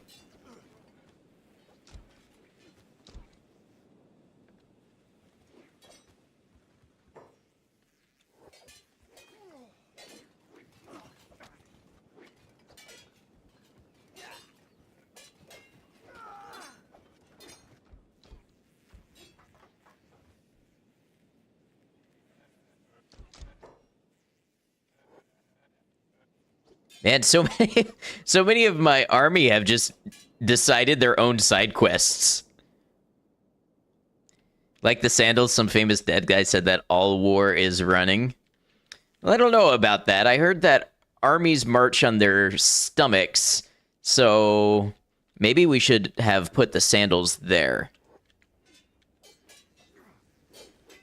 Hello, Gordon. Hello, kind. Good to see you.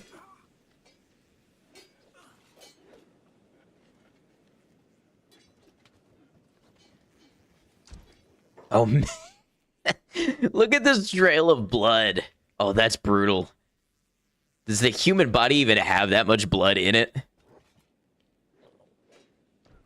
Started your Oblivion Remastered playthrough. That looks like a lot of fun.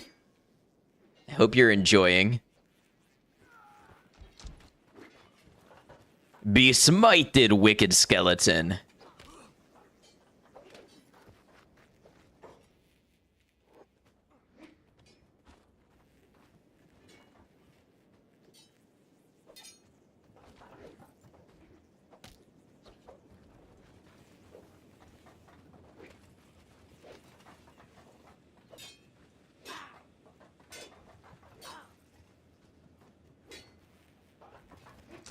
So far, you think the graphics are improved from the original? I agree. What is this?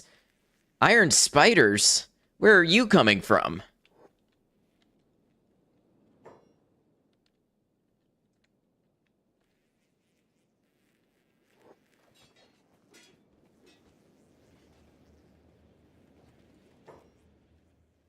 Okay, well, that's a twist I didn't expect.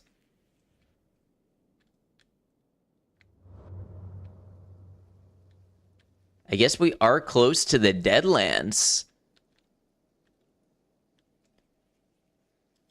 Strange that the Holy Nation base would be so close to such enemies.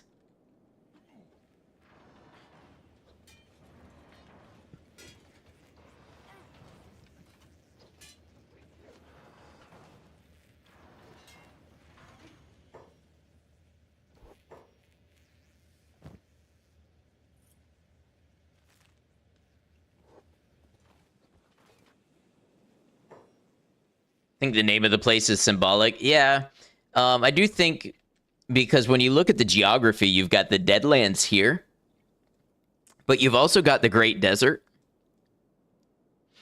And it's not too far up this way that you've got United Cities territories.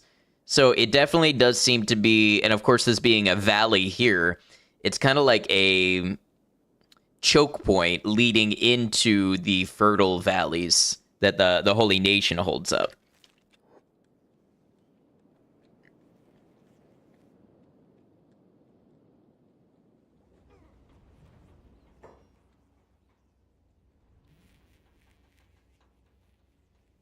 You have to take breaks from the game to time because you hear it's a really long game to get through. It is a huge game.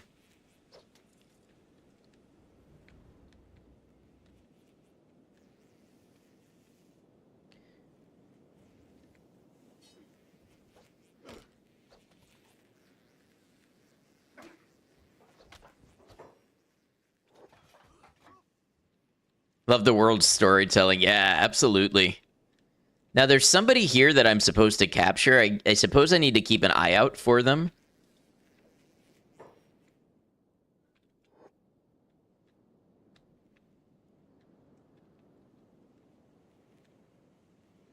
There you go, Mr. Holy Nation. You fight that spider.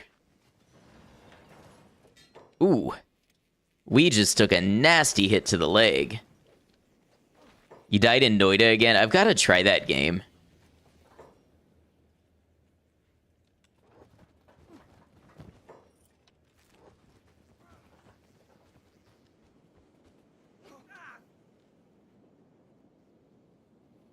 Where is Truth going? Oh, there's a Holy Sentinel running away and Truth is saying, "Not today." Hold on, Truth, he's getting back up. Oh, playing dead. Smart, smart. You will never match up to a Shek. Gotta head out for the day. Have a good one, Space Monkey. Thanks for stopping by and hanging with us.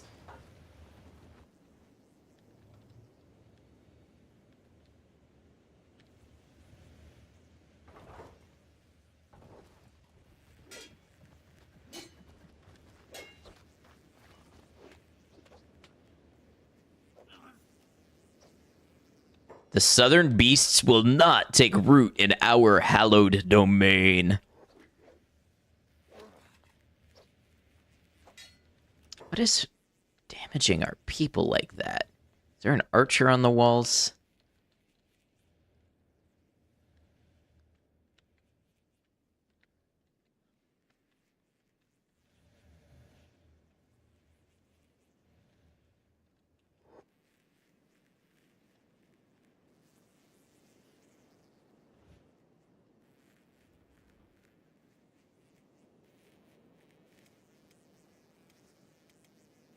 Jinsei is unconscious. Based on the single large hit to the stomach, I'm assuming that was friendly fire.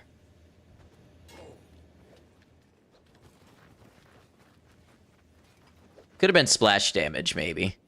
Oh, we have another wandering group. Okay, so this is going to be another one of these situations. Yeah. I think our own archers are knocking out our people because they're firing bows in the dark. And it's something to think about.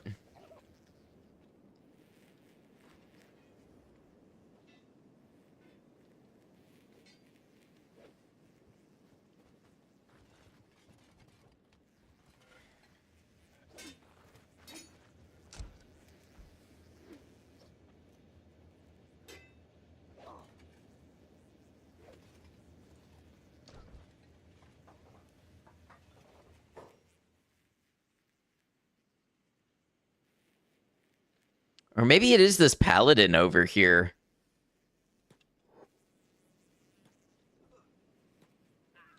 Beep can't, and nobody can work out how to get to him, so the pathing is not doing great things for me.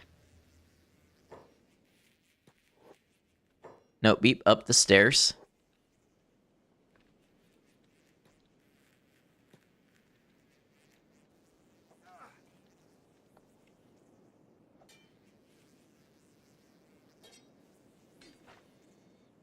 So can't get over the day and night transitions and all the beauty. It is a very pretty game.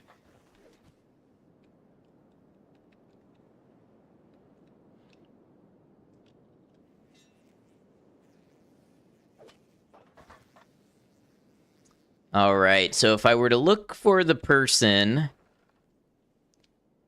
that we're here to grab, I'd assume they'd be over here.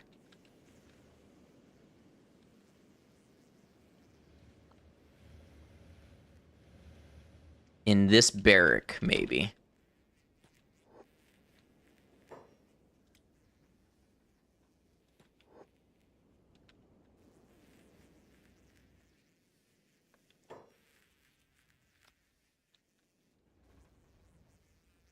Or we may have to wait for daylight and then check for the body. Think you had a dream about being one of those people who got forged with parts of their car? That was such a cool game.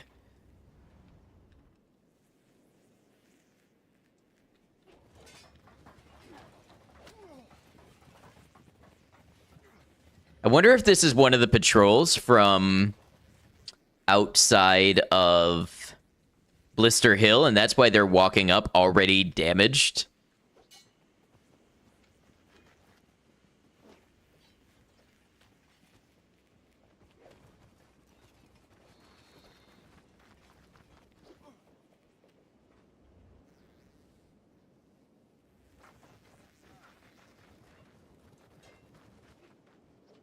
This is kind of just a feeding frenzy for my people.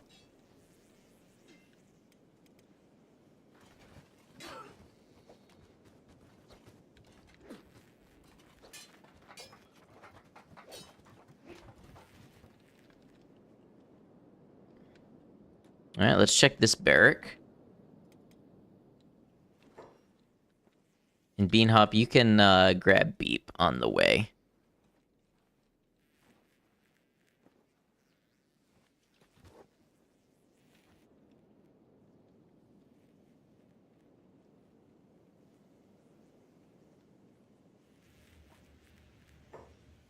I love how they keep raising the alarm as though there's anybody here. Anybody here to hear their alarm and come help.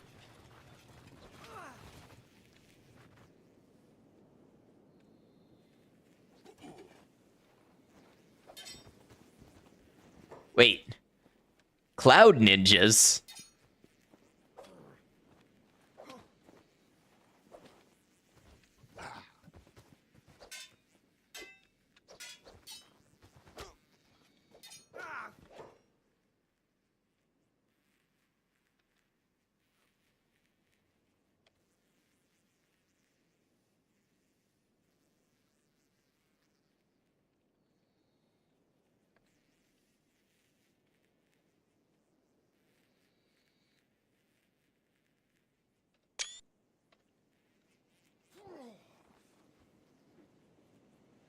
I take a lot more screenshots now than I used to, but it's because going back and doing the editing and everything for these old videos, it just strikes me how useful it would have been if I had captured more.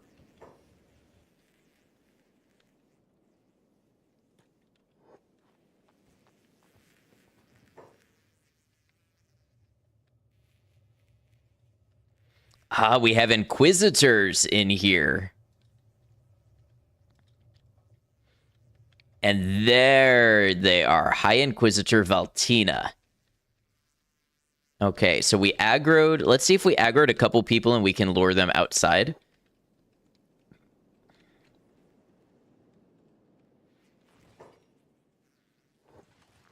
So this will indeed be a fight.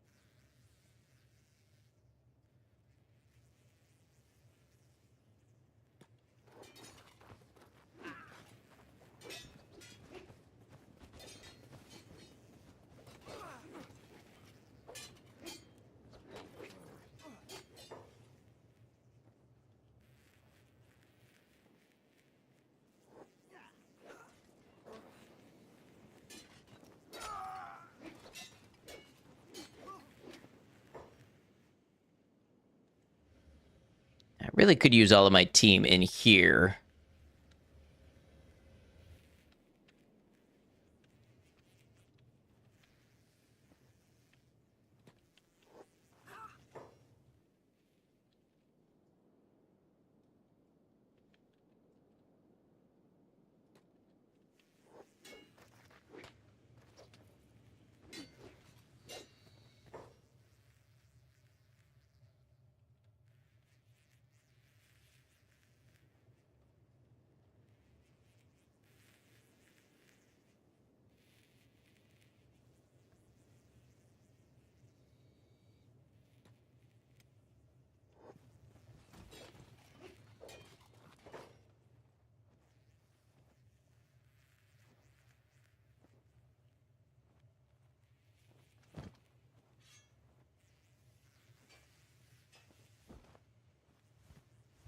We're back to our old ways. Stripping our enemies.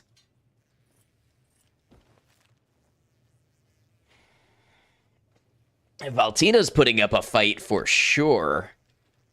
I'm thinking maybe the bows are not getting through the armor. Oh. I mean, that was a huge debuff to the damage, but it was damage.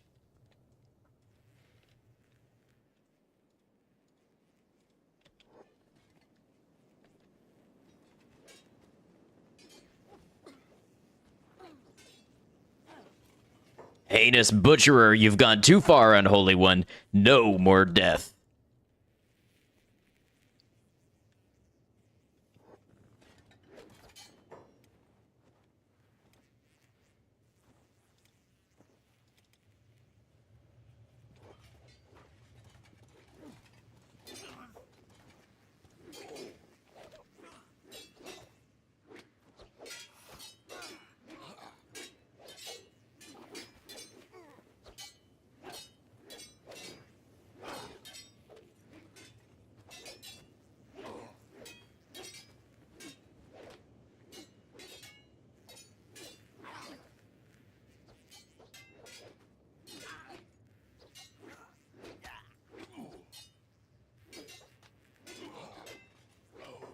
They were definitely doing better sort of one-on-one. Because they weren't eating all this AoE damage.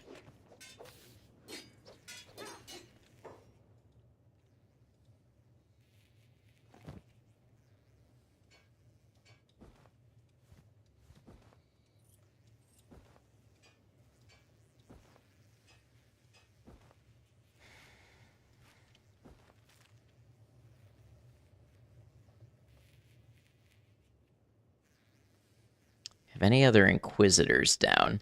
Really hard to see in the dark. AoE is what's for dinner.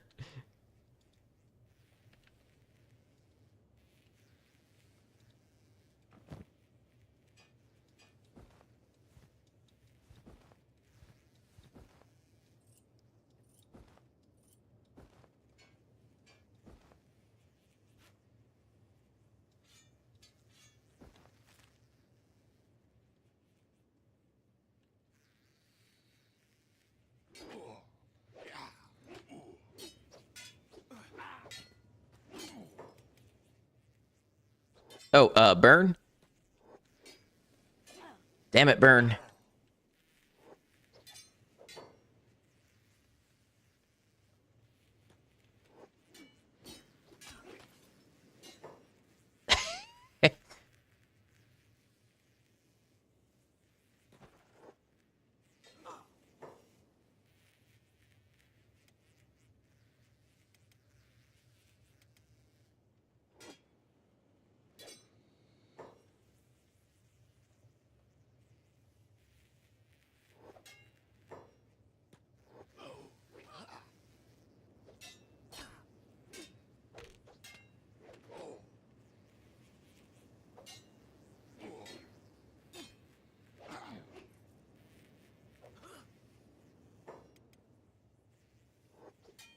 Need somebody to get back up who can go and pick up Burn.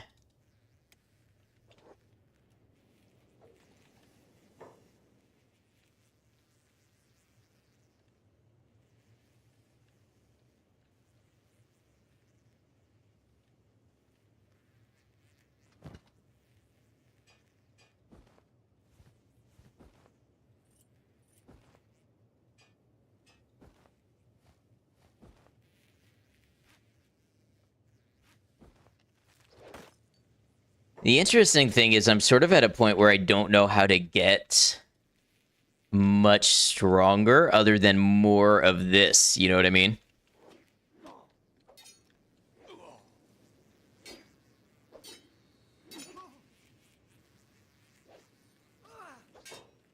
I almost wonder if by having such a large group, what I've actually done is spread the experience around, so they've started to hit a plateau where they're not really growing above a certain level.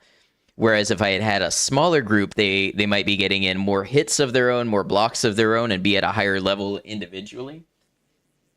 I don't know, just something I've tossed around in my head.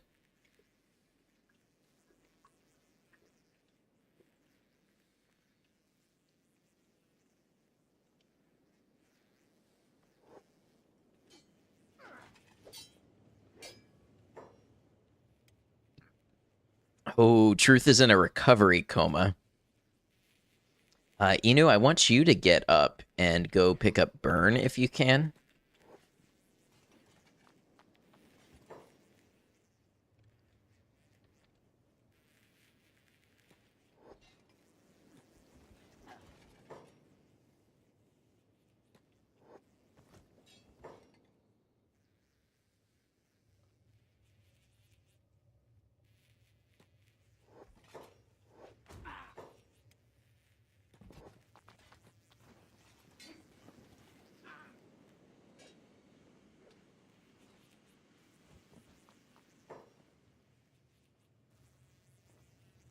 Are we go- Are we going back to jail? Do they have jails here?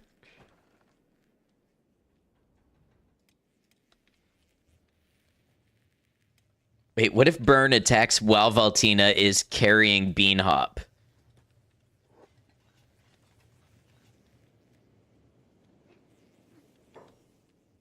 Oh no, gotta fight the others, I guess.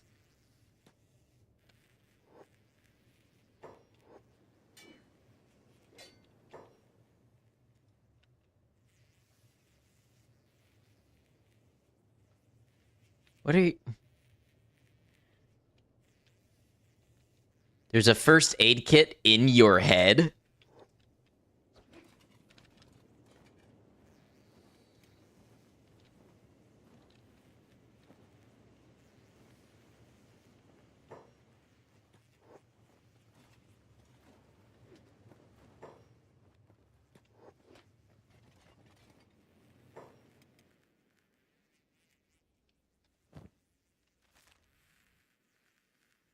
Oh, they have a couple gauges, but they don't have too many.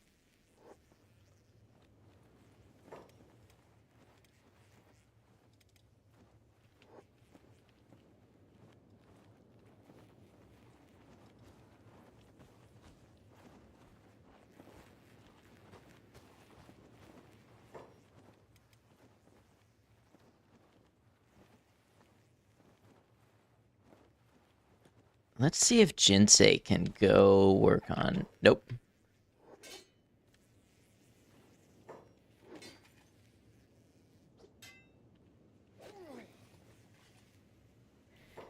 Wait, what made Inu pass out? Okay, we got Twitch ads. I can't believe an hour has gone by already, so we're going to step away for just a minute, let these ads roll so that nobody who's not subscribed misses anything. And when we come back, we're going to keep on fighting through the Holy Nation. I'll see y'all in just a moment.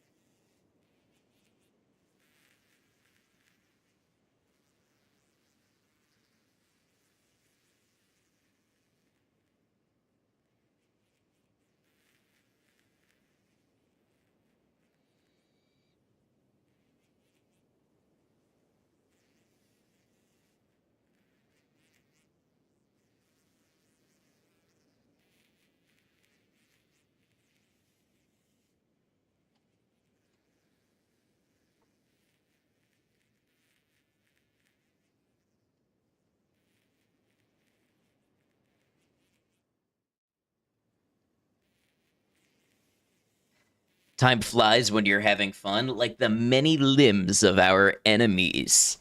Thanks for hanging out, everybody. Let's see how we're going to get out of this sticky situation.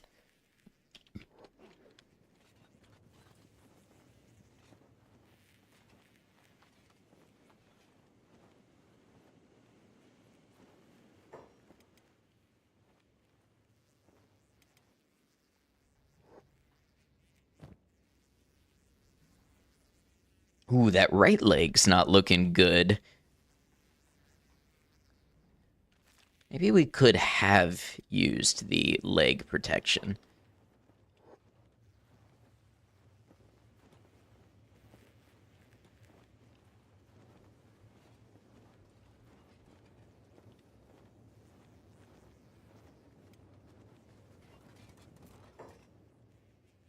Burn, why don't you fix up truth?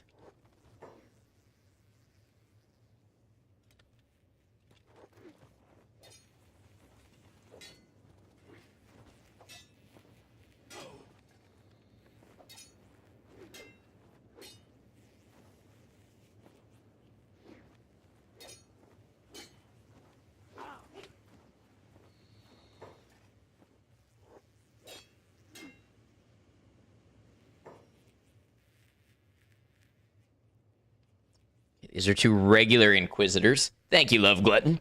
Delayed because hanging laundry. Hey, that sounds like a productive thing to do.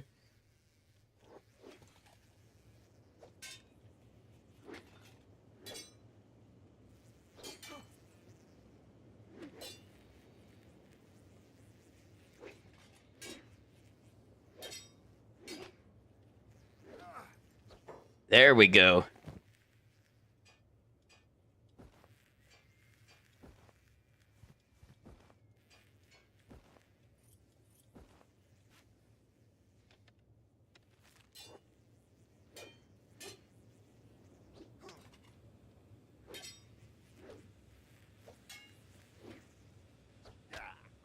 Ooh. Say goodbye to that arm.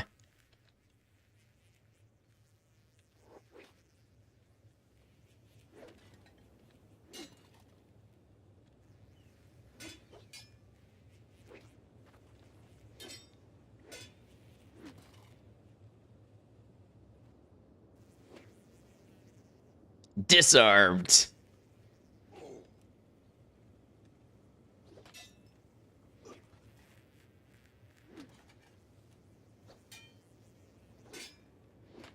What? Did he just teleport behind us? Nothing personnel, kid, teleports behind you.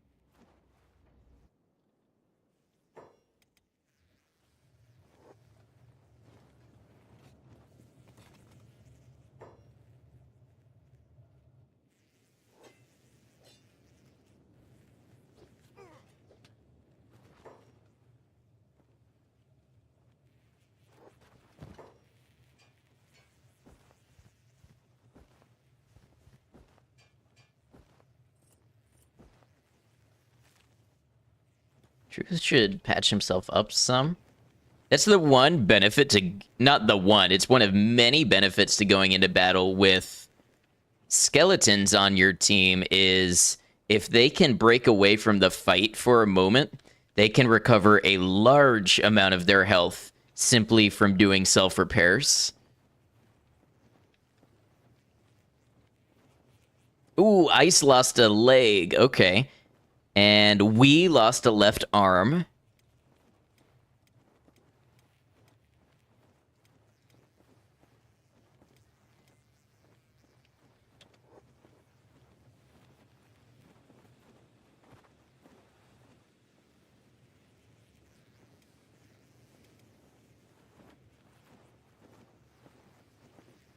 I think Valtina might have gone back inside.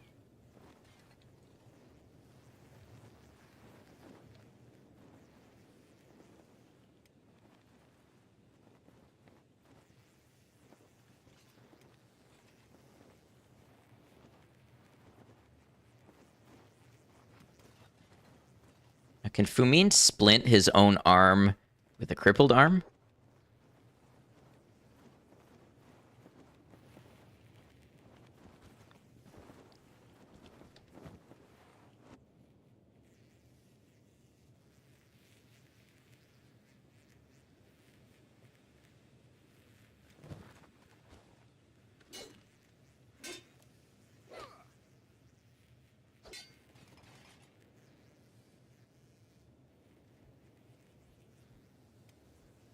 Okay, Fumin, let's go to we and drop a left arm in the inventory. It's like we have a specialist left that's going to increase dexterity even more.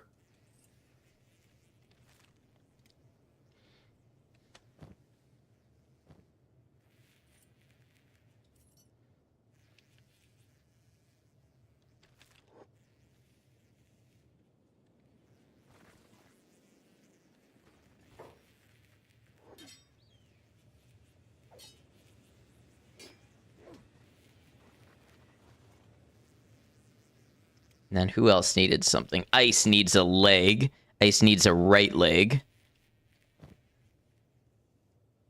So that is Kang. But do we only have the standard right leg? Yeah, I guess so. Got a bunch of left legs. Oh no, Inu. Inu grabbed right legs. That's right.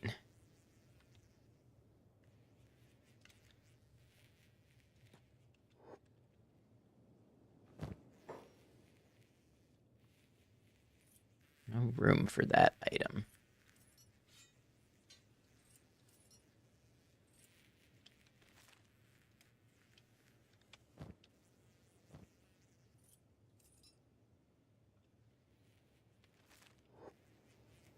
Well, it looks like our upgrade program is going well. Beanhop, can you splint yourself? Yes.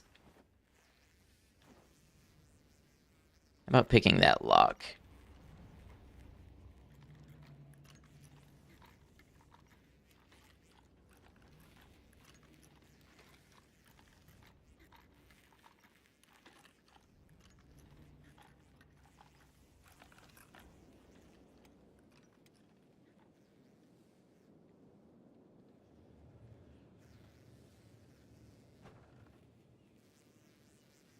So we've got some people that are in a long recovery coma. Hello, Zartrin. Good to see you. I guess that is the thing with the toughness, is as they get tougher, they can withstand more damage, so their recovery comas get deeper.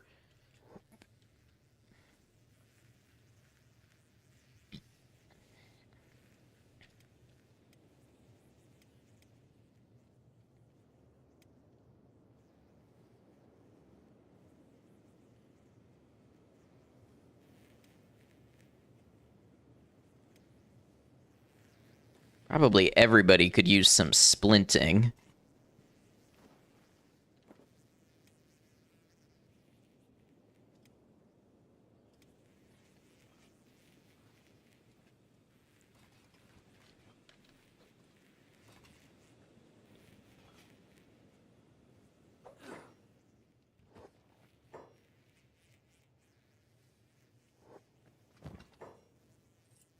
As usual, off with the armor.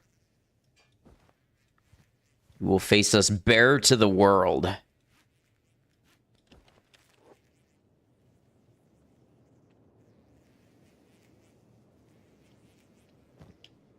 Looks like Fumin is not using his weapon. I thought they could use it in their offhand, but I could be wrong.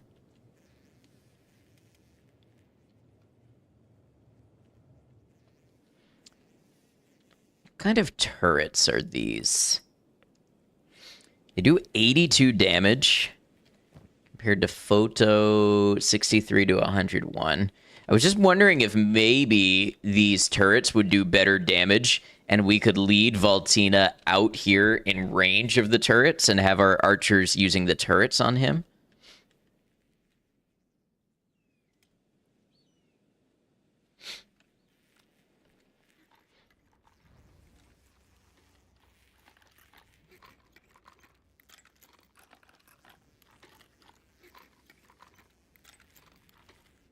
We'll get Beanhop out of there eventually. It'll be good training. All right, anything coming down the road that we need to keep an eye on, be aware of?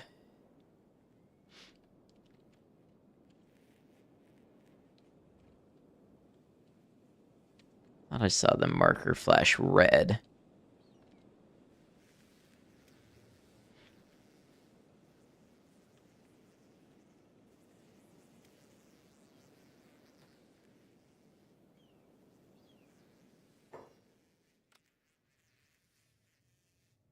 So that's Valtina. Valtina is almost back to full health.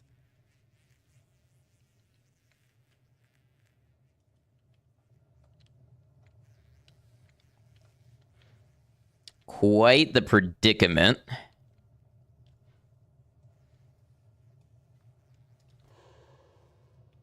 %0 chance to stealth KO. I bet that is a valid way of doing it.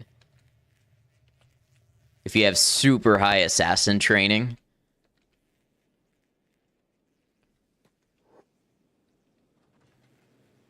Oh, he didn't respond to us.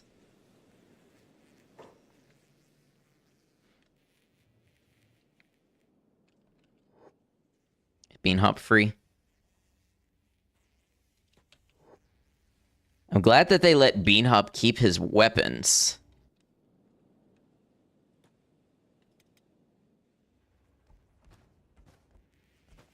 You know, I don't understand. If you can only splint one leg, why would you splint the one that's not as bad? Seems to me you would triage the worst limb.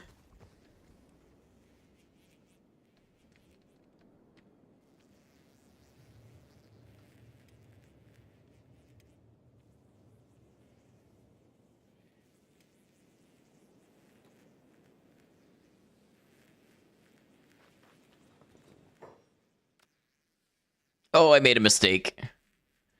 I made a mistake. Oh, they brew booze in here, and I thought you were holy. I mean, it's not a huge mistake. They're just holy sentinels. How is everyone doing? All right, Sergeant. Hope you're well.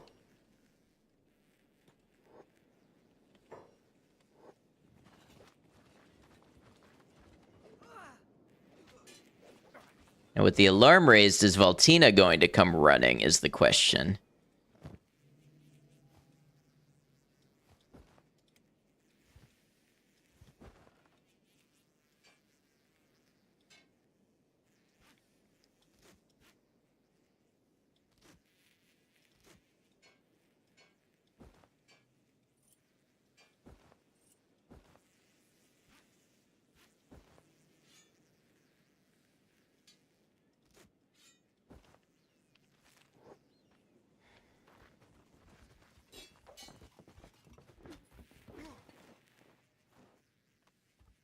Just looking for perhaps beds or something of the sort.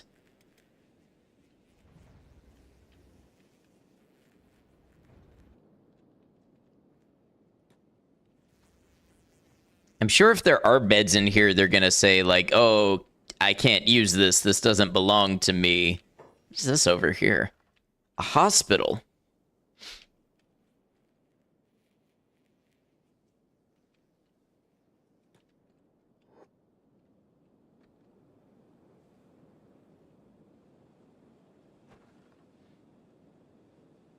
If we can engage the nap meta, that could work for us, as it has in the past.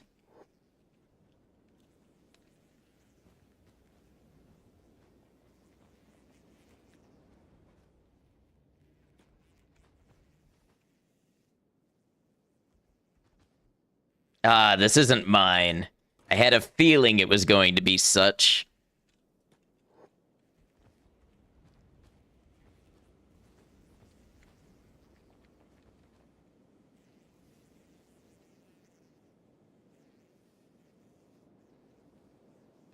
I wonder, how far outside of town would we need to be to build our own? That limp he's got there, yeah.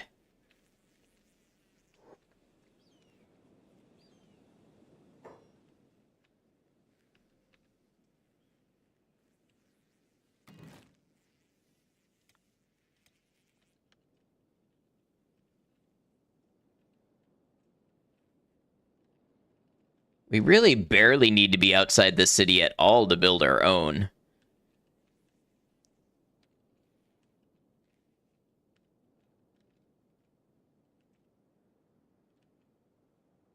Oh.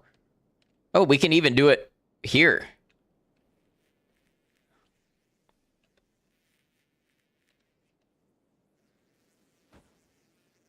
Well, as long as people are sleeping on the ground anyway.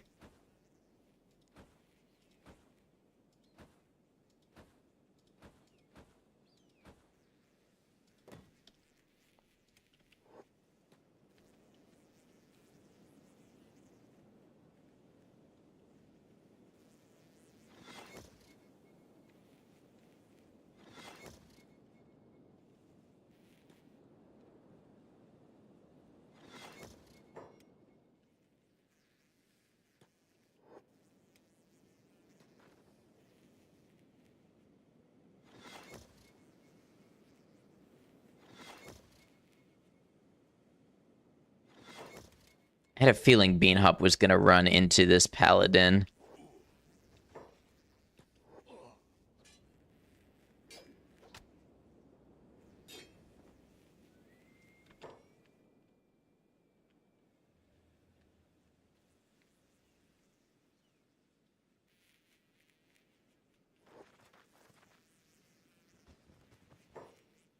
Well, looks like we got us a bounty in town. I don't think you're in any position to be collecting on that.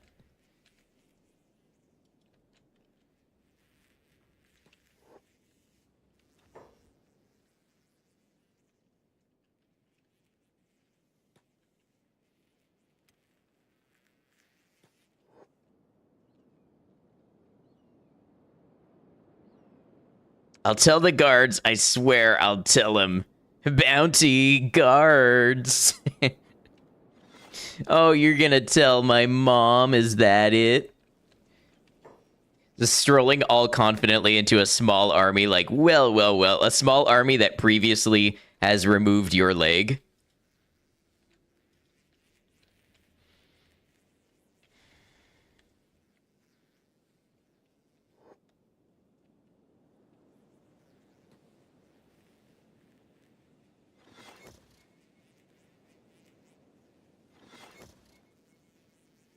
I've never seen Kenshi let you make beds inside an enemy's own walls.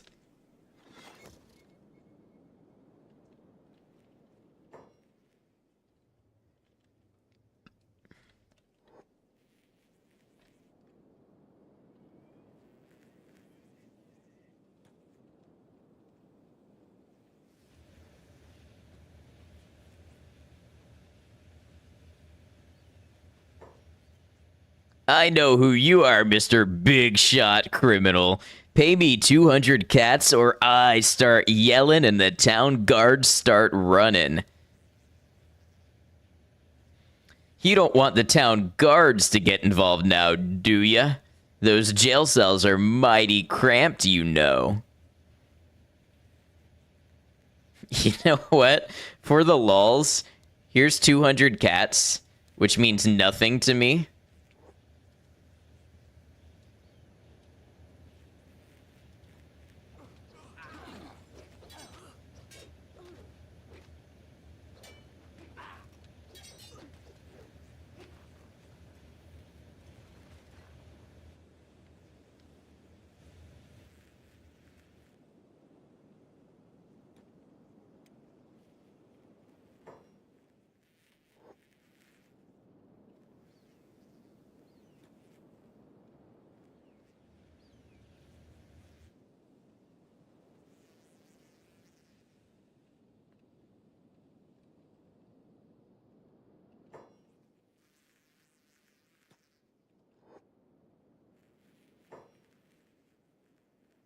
Oh, they've got Holy Nation doctors out here.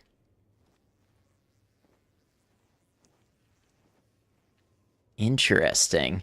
Well, we did notice there was a hospital.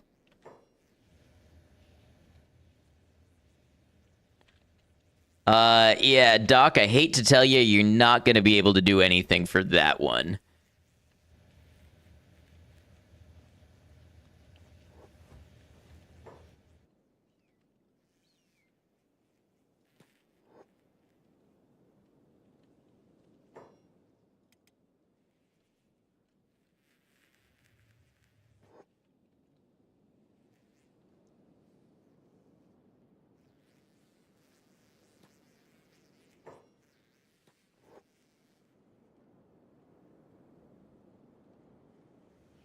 Who are we fighting now?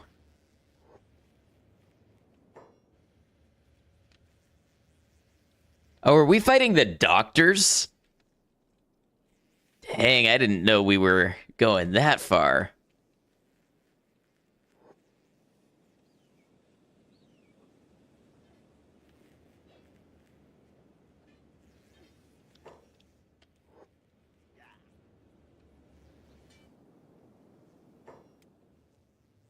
Kill this, you nerds.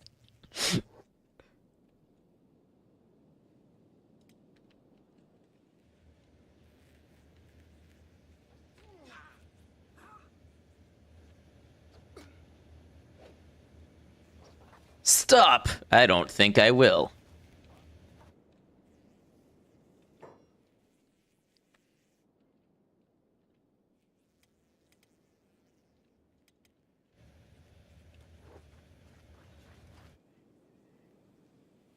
Where are they going now?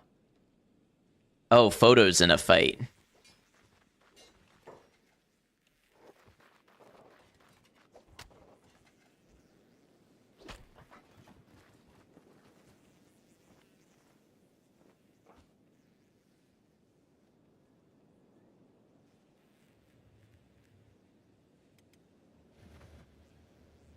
Just seeing how far you've come damn near brings a tear to my eye. Thank you, Love Glutton. It has been an exciting series of events.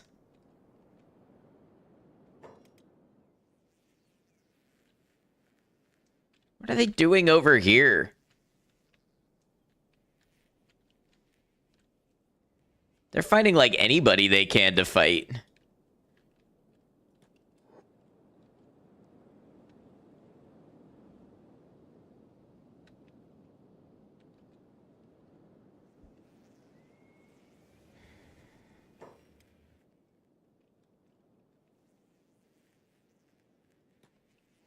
Oh, look, they sleep like me, awkwardly on my side with one knee raised in the Master Chief death pose position.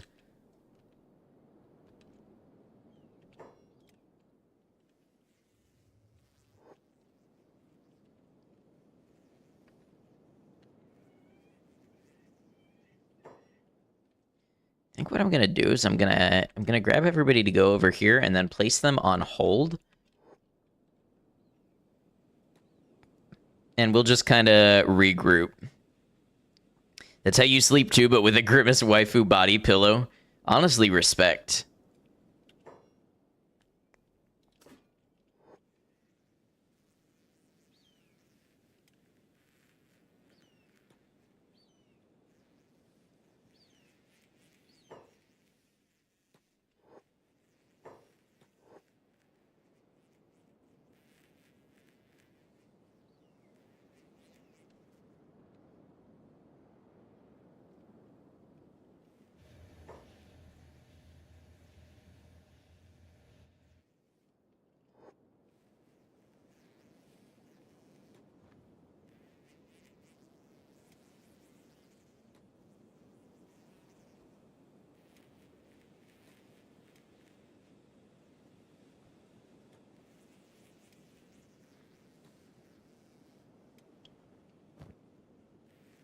Think we have any more bed rolls.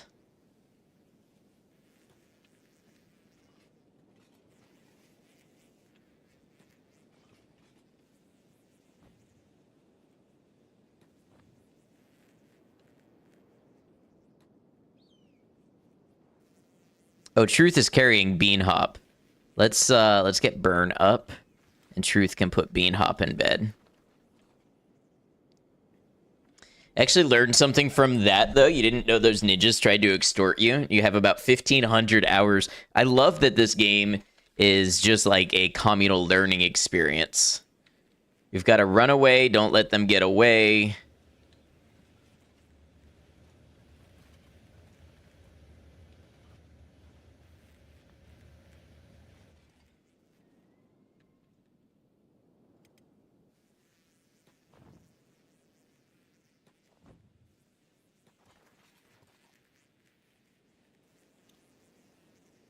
All right, and now we speed up time because time heals all wounds, especially when you're taking a nice nap.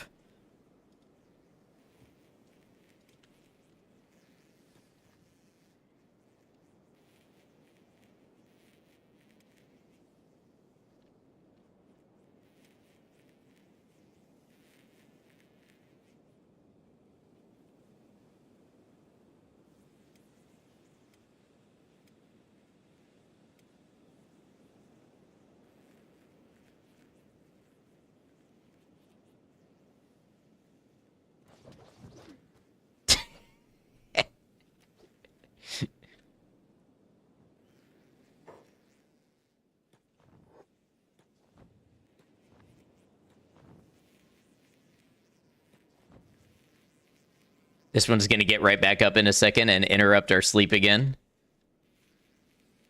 Or he's going to play dead. One of the two things.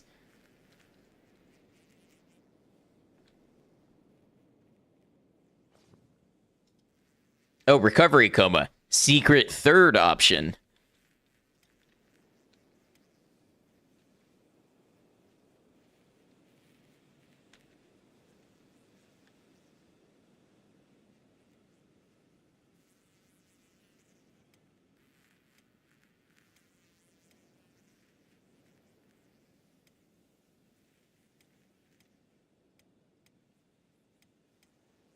If you only knew how powerful I would become when you let me nap.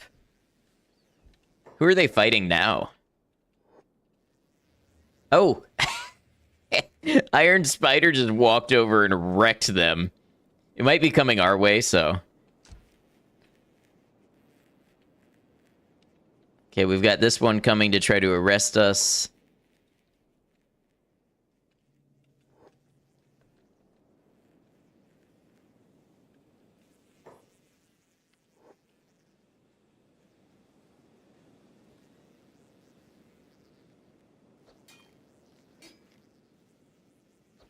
I love how Beanhop just eats a sandwich in the middle of all this. Like, this is good entertainment. This is good stuff. All right.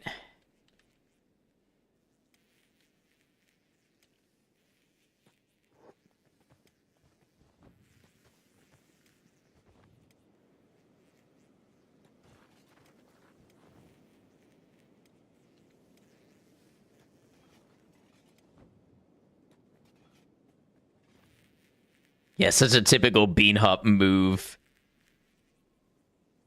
Oh, did you get shot in the head? Yes, you did. You did, in fact, get shot in the head. That is why you're bleeding out. Did I get the High Inquisitor? No, but the High Inquisitor is still in here. So we're just letting our people get back up to full health and trying again.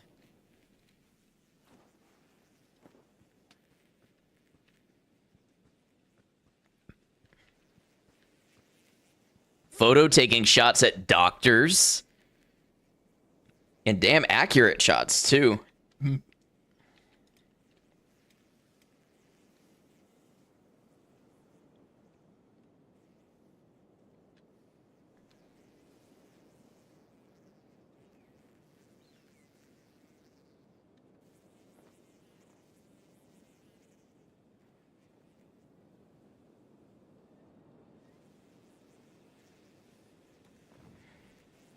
How do you defeat an enemy who fights until they are exhausted and ground into mud, and then takes a nap in your own base and gets right back up at full health?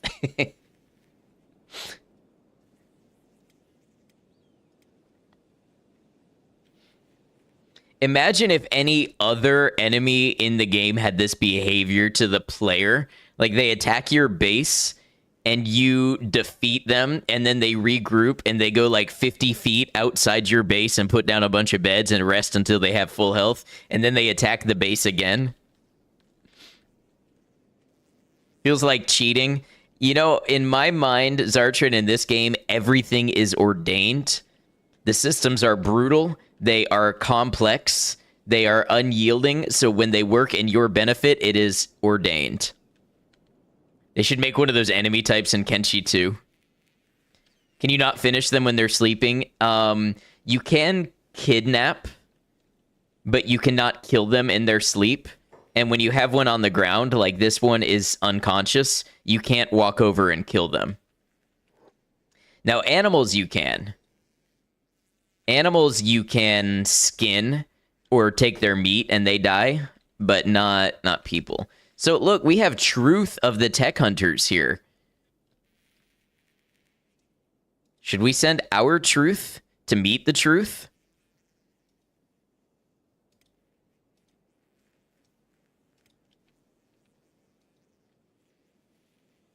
Wearing mercenary armor, huh? Two truths, one of them is lying. No, that's the third one. That's why they call it two truths and a lie.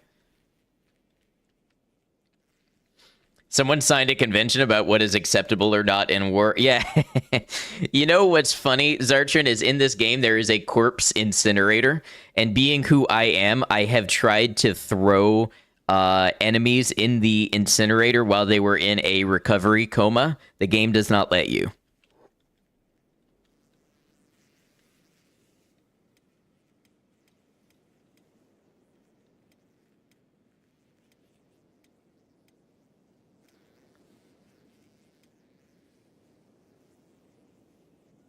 You almost always see a tech hunter skeleton with a fragment axe when you attack the shield. Interesting.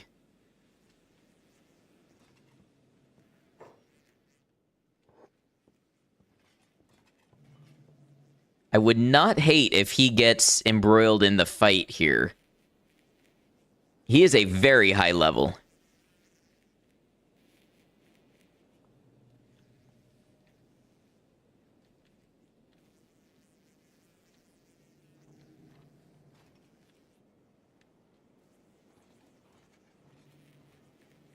The skeleton will not prevail.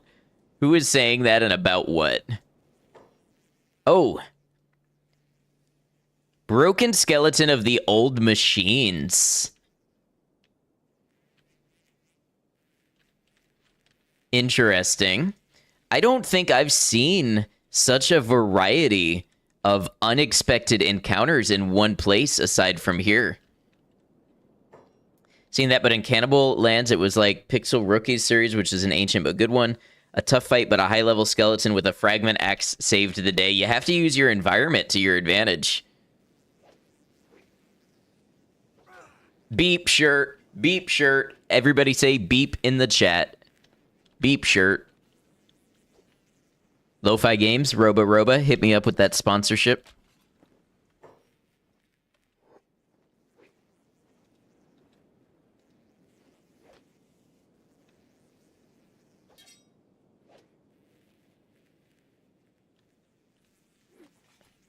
Oh boy, you're gonna hate to be you in about 10 seconds. Oh no, you're Truth.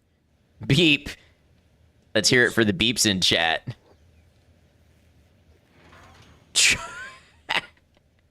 Truth just wrecked that iron spider.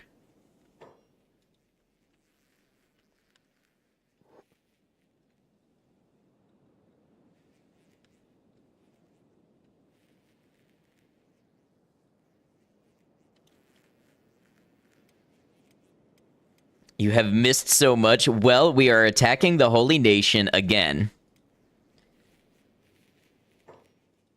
We are attacking their base in Okran's Shield. We got a pretty good hand in the fight. We killed a lot of them.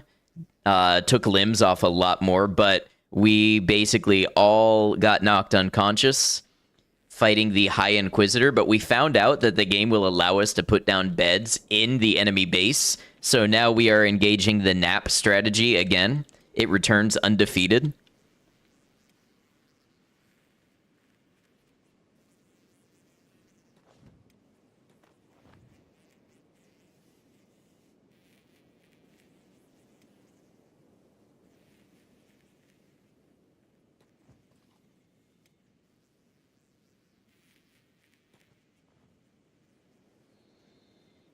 Think your nap strategy is more commonly referred to as a siege.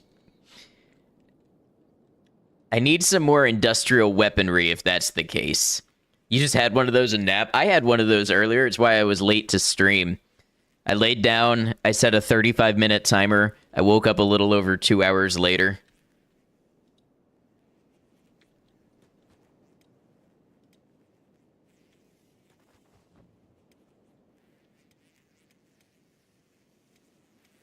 All right, we'll get everybody to full health, and then we'll probably wait for daylight for the benefit of our archers. And then we'll try attacking the High Inquisitor again. You had such a good nap, you missed your alarm, and it was going off for 10 minutes. Exactly how that happens.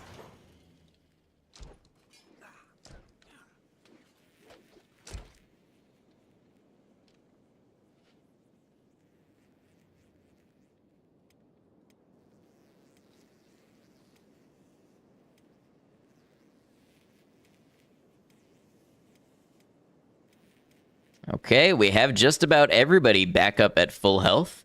Just a little while longer. It should about coincide with the sunrise.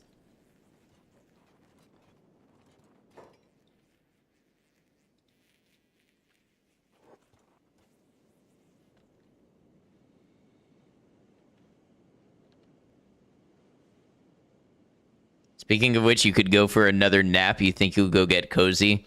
You know, it's 10 p.m. I think usually people call that bedtime. You were late today as well. It all worked out.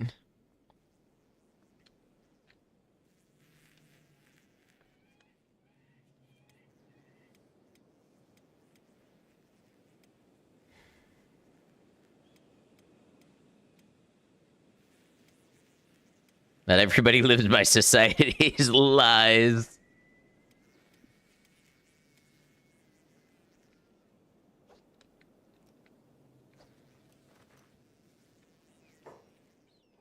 I need to hear Judas Priests breaking the law, but instead of breaking the law, it's taking a nap, taking a nap. That'll be my theme song.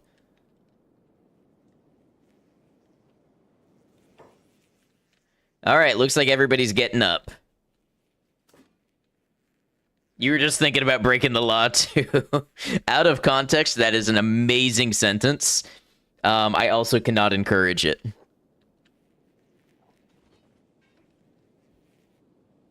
No, don't go. You don't need to go over there and seek out a fight. This is why I had you on hold.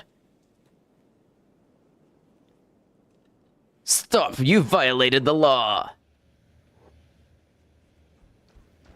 Okay, so it looks like they got reinforced a little bit. Ice is already unconscious again. I think Ice got shot in the head by a turret.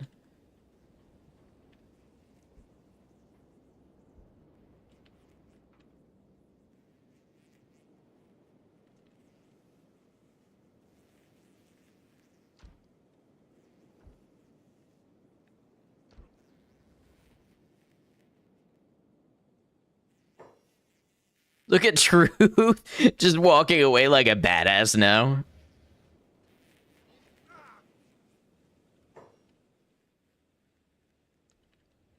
So much destruction at the hands of the holy nation.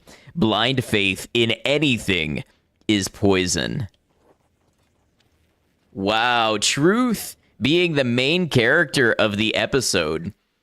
Wandering swordsman comes along, destroys everybody in his path, drops a truth bomb, walks out.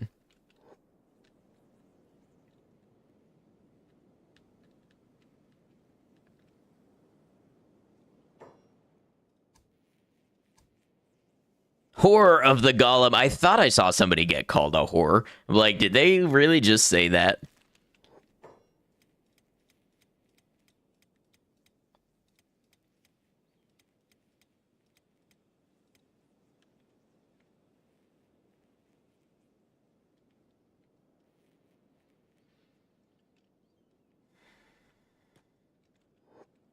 Over here, they've escaped.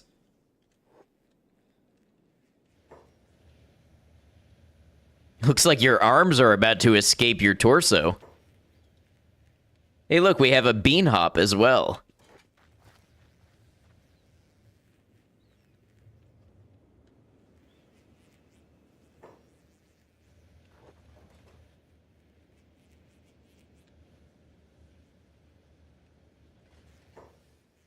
Now the bean hop is fighting the broken skeleton. This place is full of action. I'm just gonna say that is another perfect miscellaneous screenshot or thumbnail fuel. I can hear the power metal now.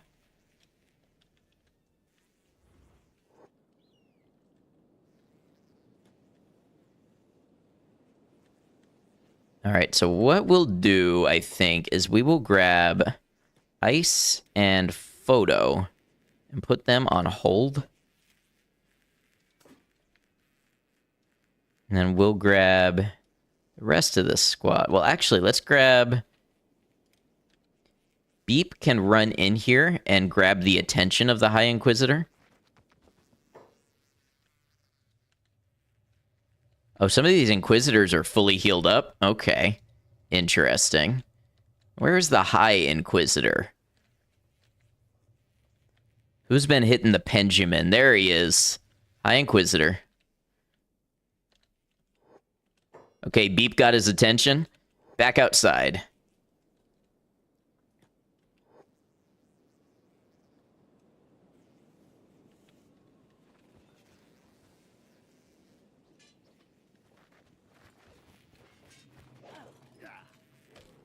Not the Benjamin Franklin, I'm afraid it is. Ooh, Burn is down already. Valtina has some nasty damage output. And also high defense, high defense. Maybe that's why they call him the High Inquisitor.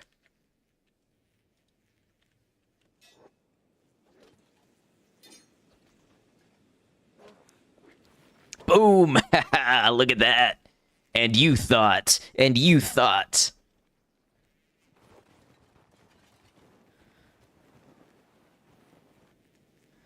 All right. Seto, you honor the Shek Kingdom. You shall take the Inquisitor. It's an edge type too.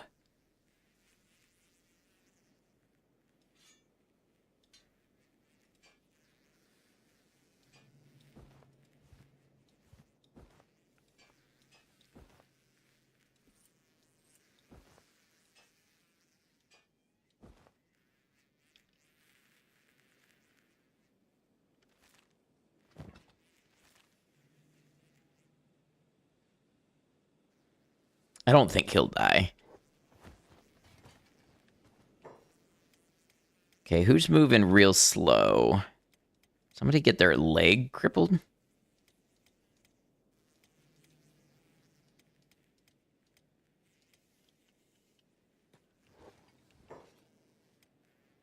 Maybe it's because Ice and Photo are on hold.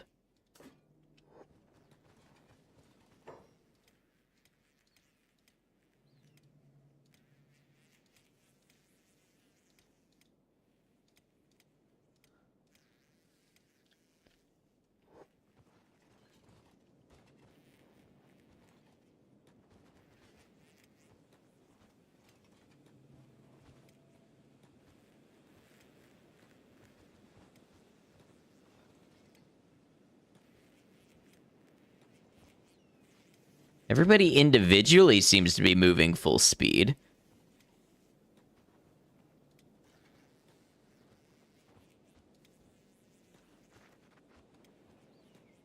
Oh, Burn. I didn't see that because it looked like gray. Very tempted to start a new Kenshi run, but should finish Oblivion first.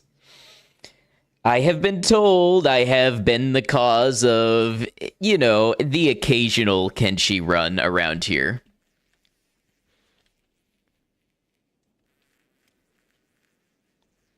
Let's get Kang to pick up Burn.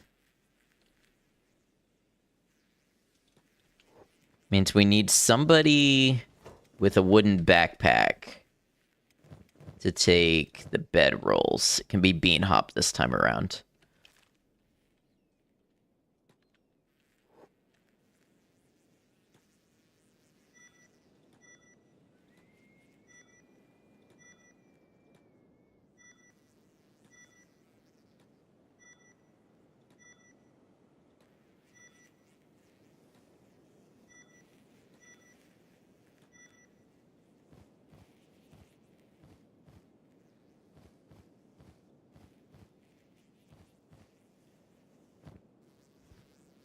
Okay, perfect. Taken away by a dark one. Yeah, how's it feel?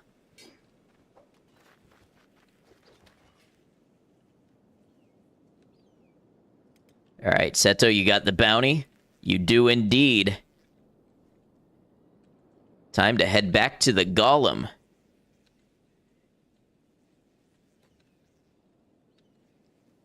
The skeleton will not prevail. Looks like we already have. I like how this one is gonna try to stop us with a stick. You don't even have shoes on.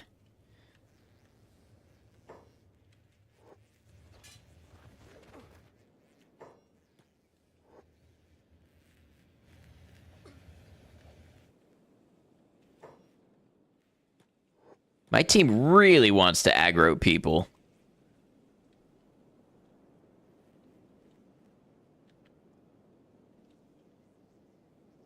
We're cool with that, Spider. We have an arrangement.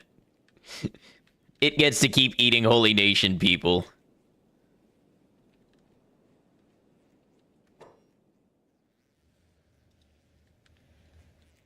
Yeah, we are the aggro. We are the one who knocks.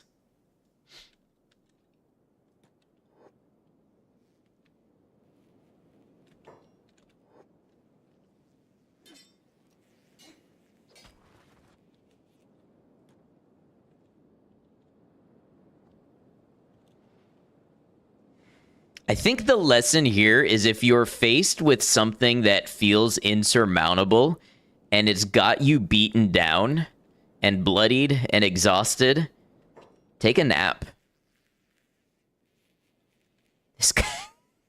This guy's still running around with his broken arms, unable to do anything but aggroed.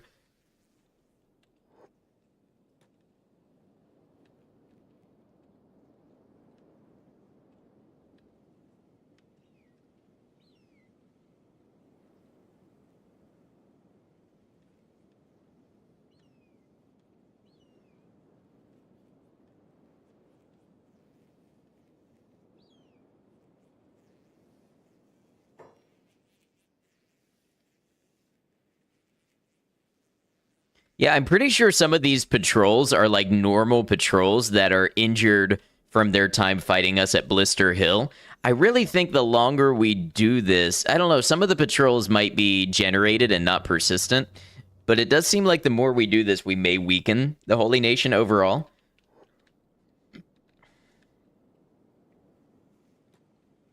That's just speculation, though. I wouldn't want to know.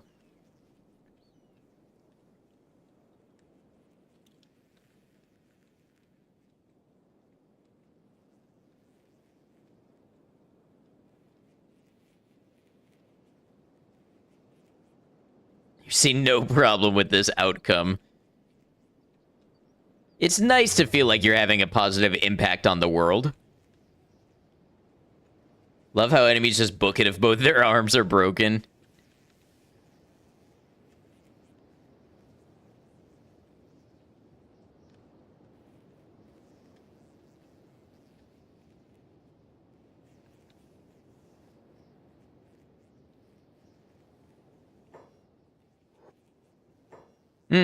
You know, I got a hankering for some dried gristle flaps right now.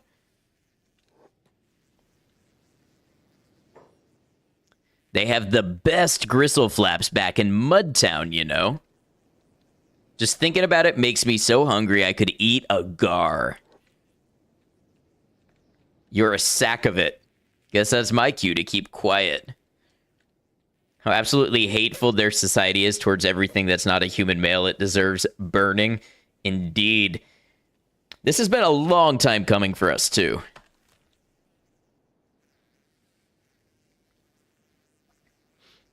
You know what? We don't need to go back the way we came. Let's head this way. Be faster to get there.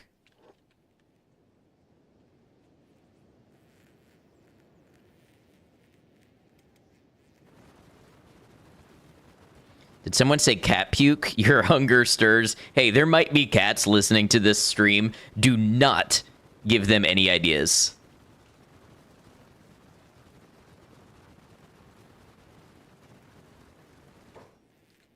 We need to worry about this.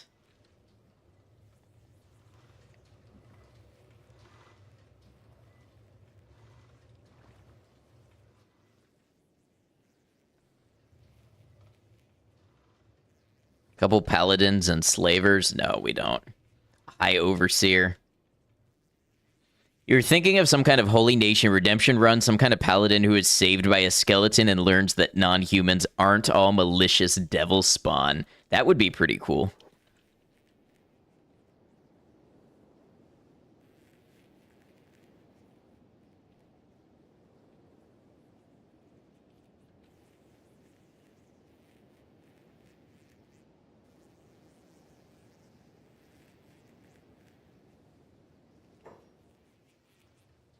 So, Paven, you may want to go back and check my VODs about stream 10 or 11 in regards to Griffin.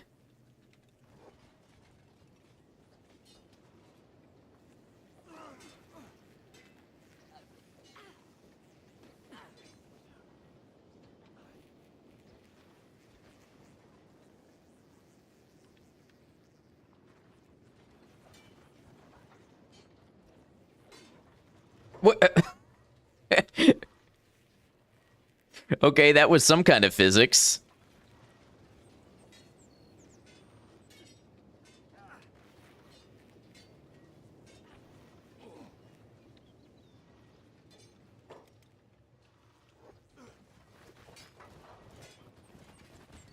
Think you missed that one, but you were there to see Ruka meet a horrible fate. Oh, so you saw the very beginning.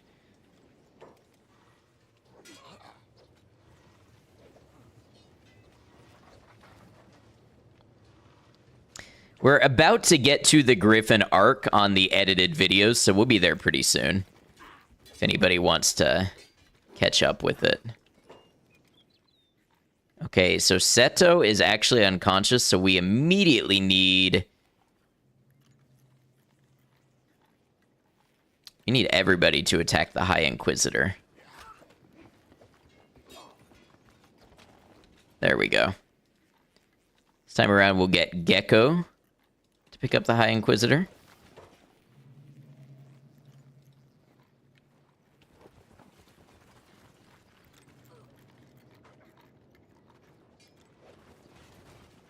There's some people in there picking locks. As it should be.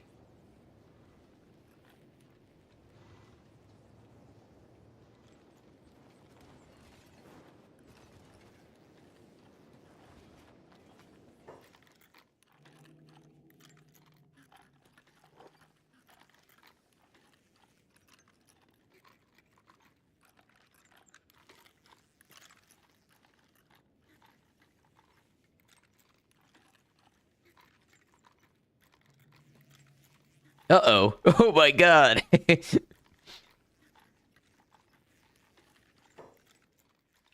Wait, is this one scared crying or happy crying?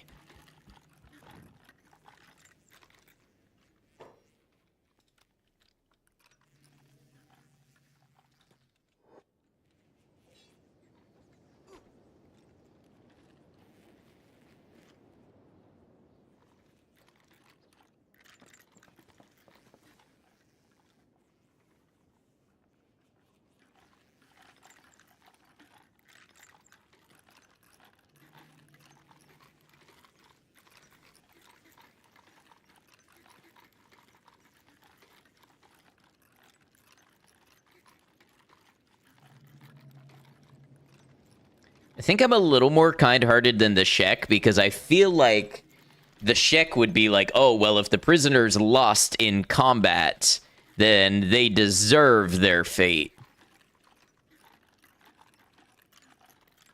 I don't know. I could be wrong.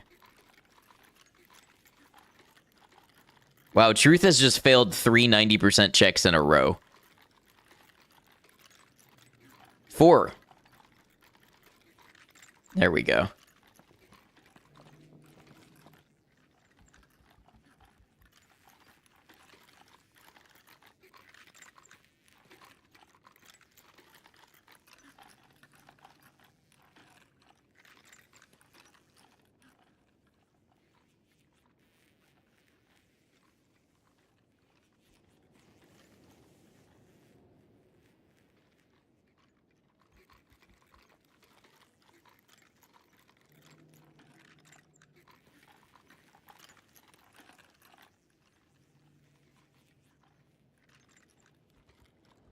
They have different responses to being freed.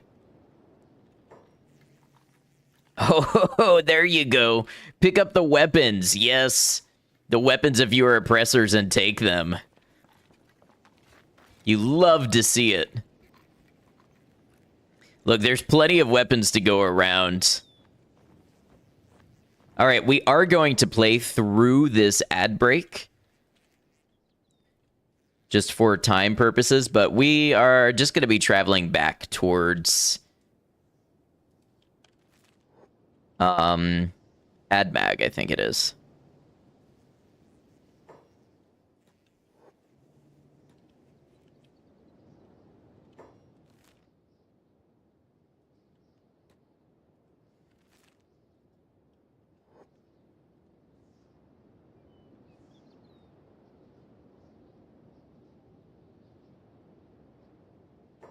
We've got a bolter. Yeah, you've got several. This one's going to lose this fight, unfortunately.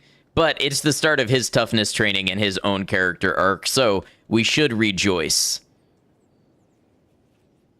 Marvelous freedom. Wait, why are you turning around and going the other way? No, no, we led you out of there. We've done all we can do. He's made his first choice as a free man, and it's to return to where we freed him from.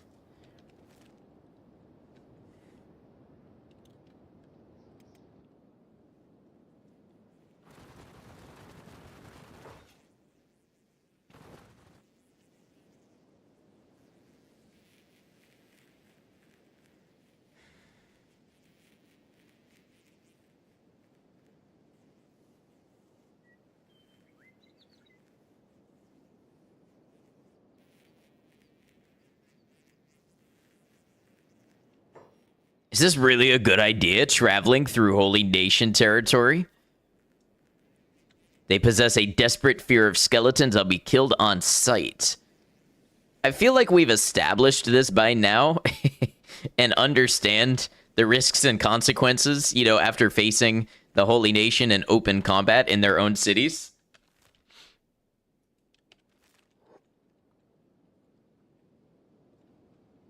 Beanhop's gonna run right through the Holy Farm. Get all of their attention. That's beautiful. Or maybe the farmers are gonna leave us alone.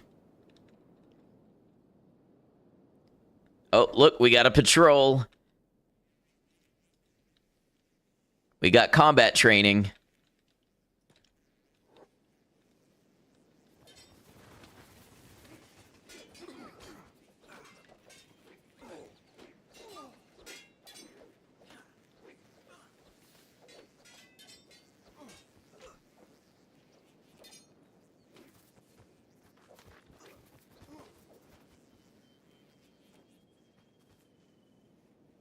Yeah, is it a good idea for their territory to be in our path?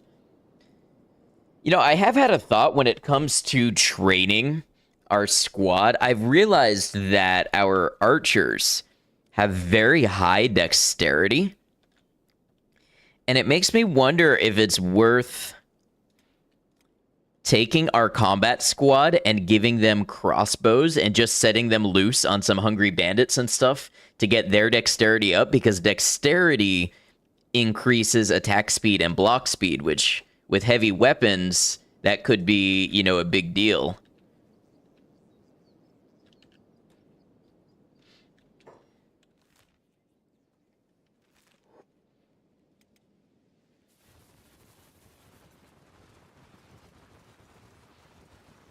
I haven't done too much, like, focused, repetitive training of skills.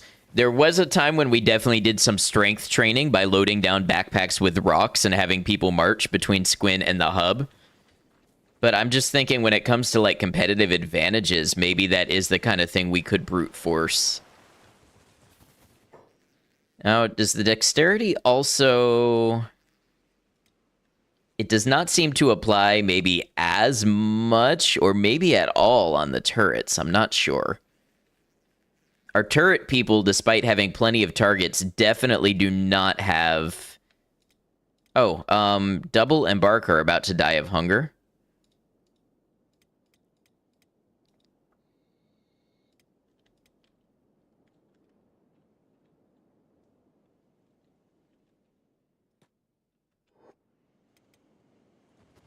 Yeah, occasionally the turret people just decide they're not gonna eat.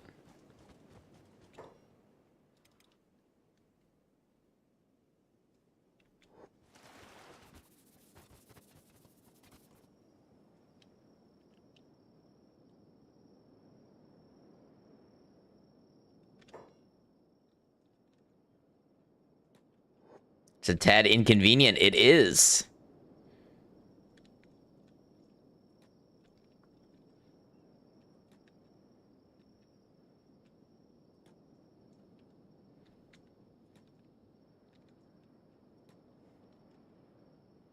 TV time. Thanks for the stream. Good work with the Inquisitor. Hey, thank you. Thanks for hanging out with us. Enjoyed the time. Like I said, I'll plan to be back tomorrow, but it is Mother's Day, so depending what happens, my plans are earlier in the day, so I don't think I'll be late, but, you know, just a very general heads up.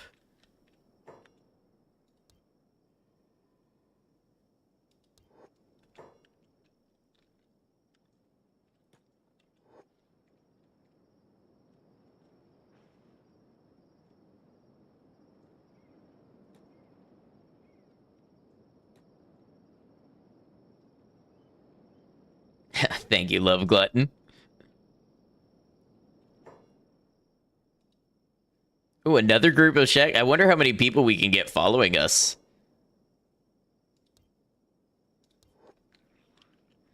Now imagine if we had gone into Okran's Shield with this amount of backup. You'll have fun tomorrow. Thank you.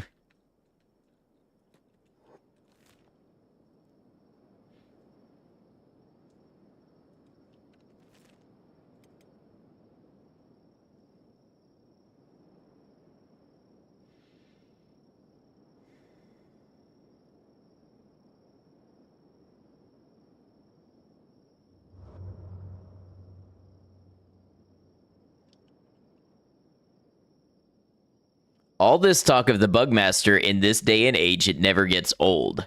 Are you laughing at us? I can never tell with you. Because skeletons laugh on the inside. We're too depressed to laugh on the outside. Can't you just reset or something? We've heard this dialogue before. When they reset, they lose their skills. That's how you end up with legends like Catlon. Forget the Bugmaster, Igor, the Stone Golem arc. So we've met two of these characters. We've met the Bugmaster and we've met the Stone Golem. Arc we have heard about in one of the weapon descriptions. Says that Arc supposedly used some such legendary sword. And Catlon I think we've read about in a book. Igor I don't think I've heard anything about at all. We're gonna run right through a bone dog nest. It's okay, the Shek got it for us.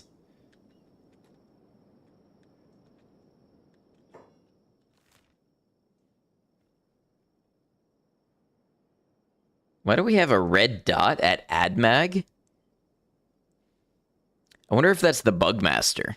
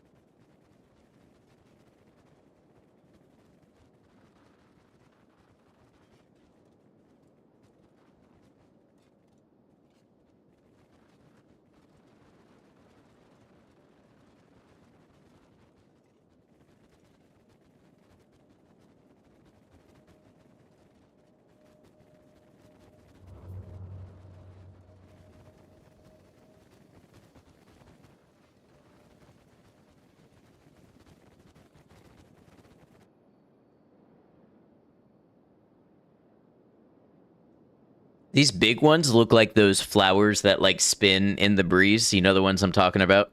Like as they float down.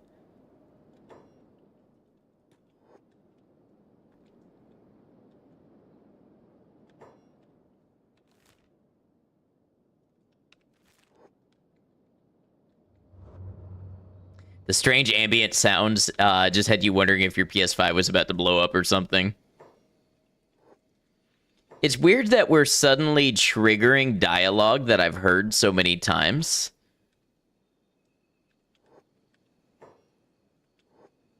Or maybe not so many times, but definitely heard before. When in earlier streams, dialogue was just not triggering when we thought it should be. So I wonder if we have reset some world state that is like, I don't know, cleared a flag for dialogue and allowed more of it to start playing.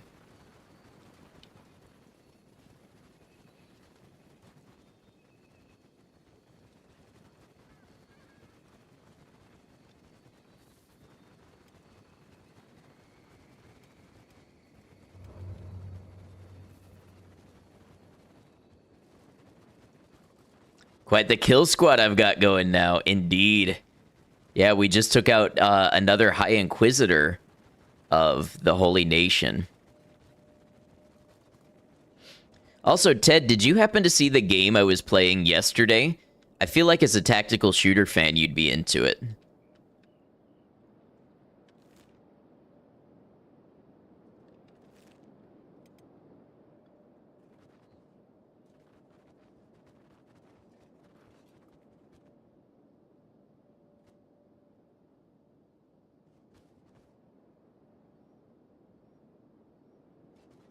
Missed it, been pretty sick with something. Yeah, you did mention that. I hope you feel better. Might be COVID. Oh, that sucks. I got COVID just like 2 months ago, and it was rough. It really set me back with some of my chronic health stuff, my fatigue and all that. I think, knock on wood, I'm on the up from that now, but even like weeks after getting over the COVID, I was still like at a depressed level from my normal ability.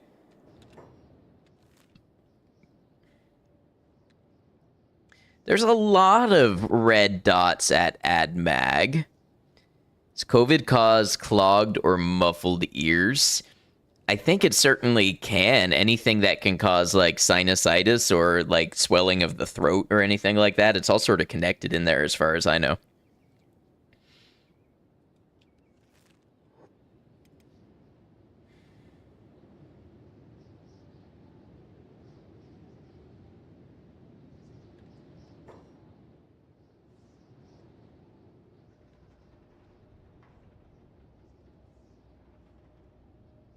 Oh, it looks like there is maybe a Holy Nation attack on AdMag.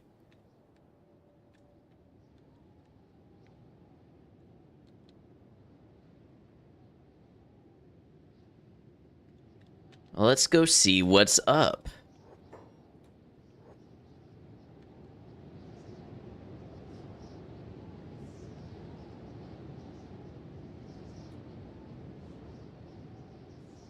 If this is a scripted event, it's very interesting.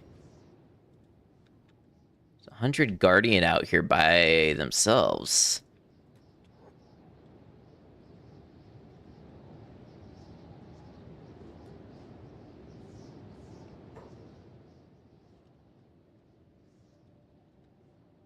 So they've brought Inquisitors.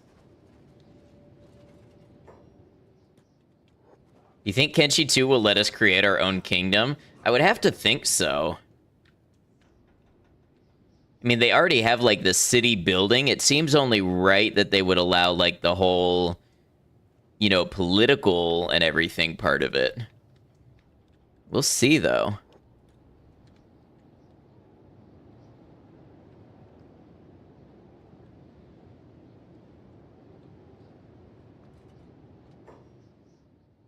Oh, damn, the Shek are not playing around.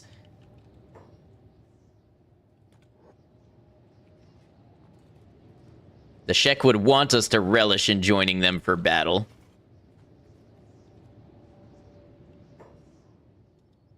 There's Bayon, okay. I think Gecko has the High Inquisitor. Voltana of the East? I hand him over to Bayan. I should have expected no less of the famous Battleborn. Honored legendary gecko. Love some mount and blade styled faction creating. It's fun making your own little settlement, but it would be nice for it to influence the world a little more.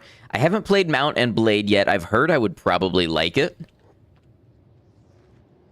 But yeah, I do think it would be cool if you could create, like, a faction with more complex alliances and such. Kidnapping. What does the Holy Nation know about kidnapping?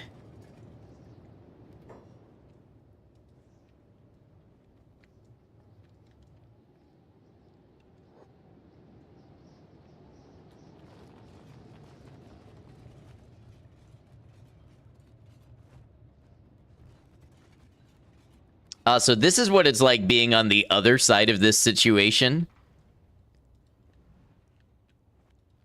Seeing a city get attacked and you don't even have enough cages to put all the assailants.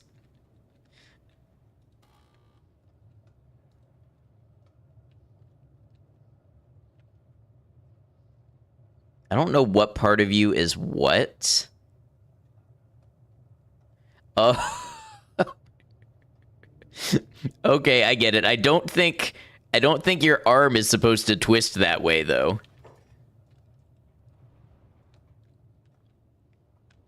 Let's see if we can find Asata.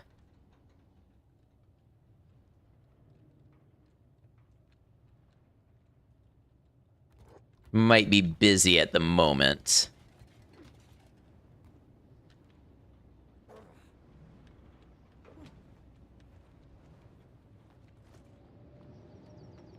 Where's Kang going? Oh, find him put in bed. Actually, we don't need to do that. Burn can walk on his own now.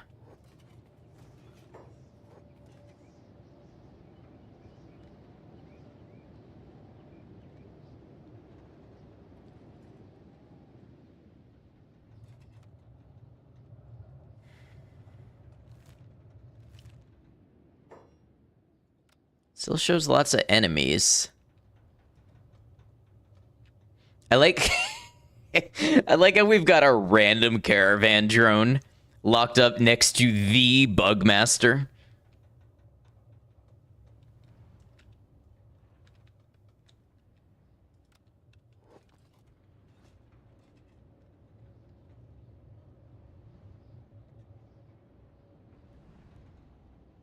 How the mighty have fallen.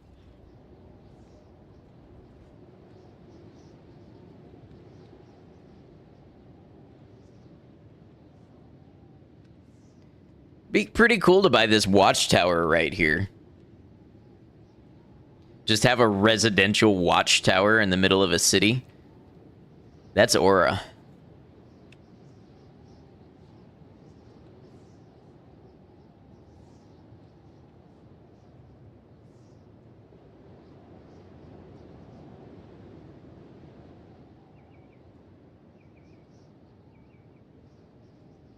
Kral's Chosen fighting somebody. Can't quite see who. The only ones I can see are Kral's Chosen.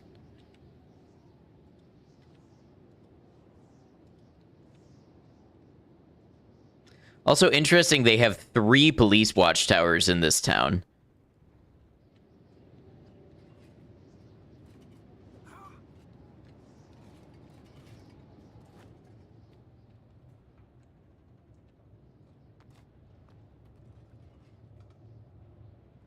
I wish to speak with the stone golem.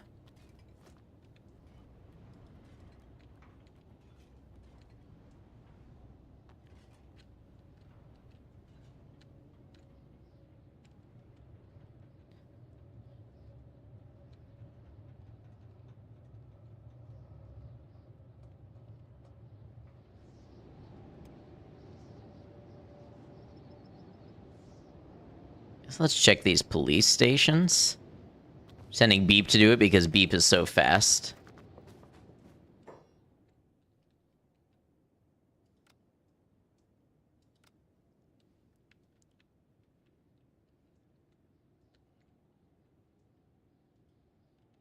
That's where they took Voltana.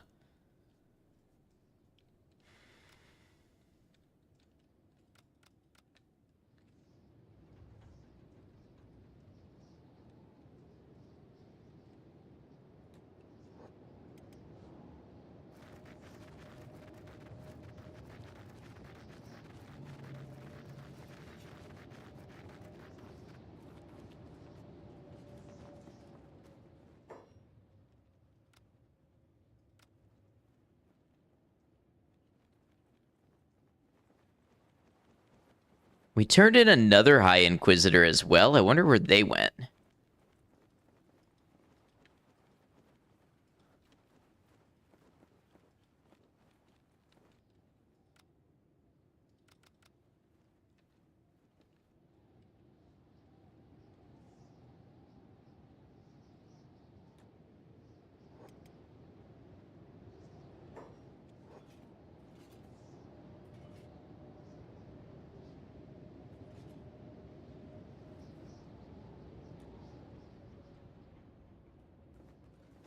Maybe now we can see who Kral's chosen is fighting. Are they just...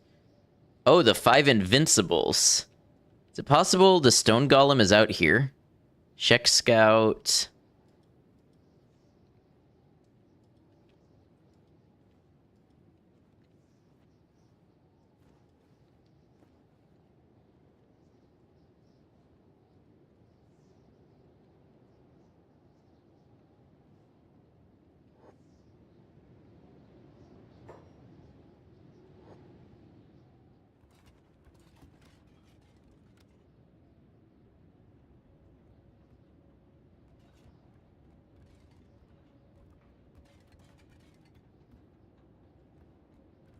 Hive Caravan boss. I wonder what the Hive did to get locked up in here. And, buddy, what is going on at your belt?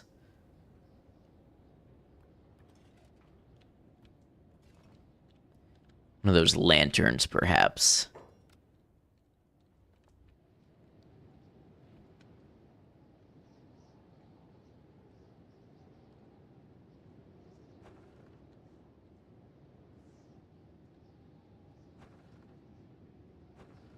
You know, I'm just curious. We need to look for the Stone Golem, but I'm curious if advancing the war quest line with the Shek advances the level of technology they have access to in their shops.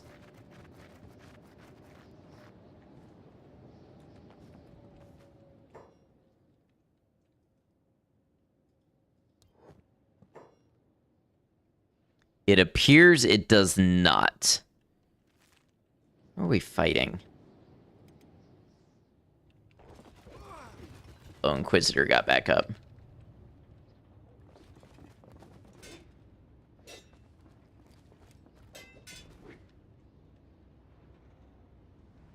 Ah, there's the Stone Golem.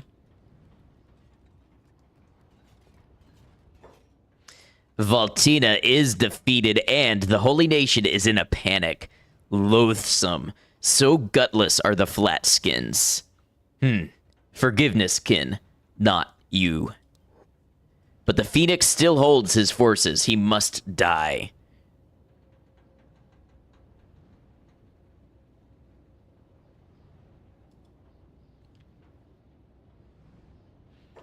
I thought there was one more location we were supposed to take on.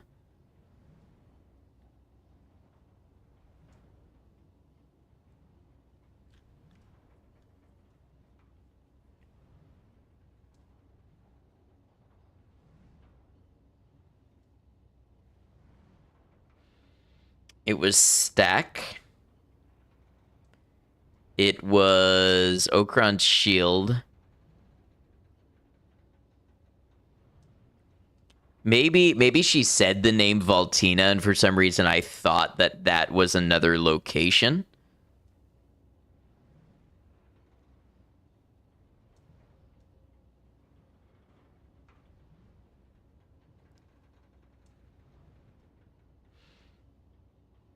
I was kind of hoping we would see more more territory turn to green But that's okay. Wow, Love Glutton, you got the original dad joke. You got an OG, still in the paper, mint condition.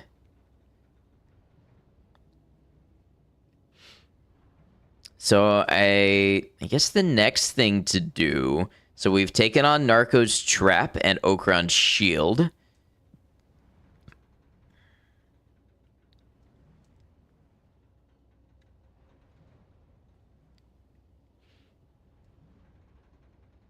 Oh, interesting. You can see the number of roaming squads.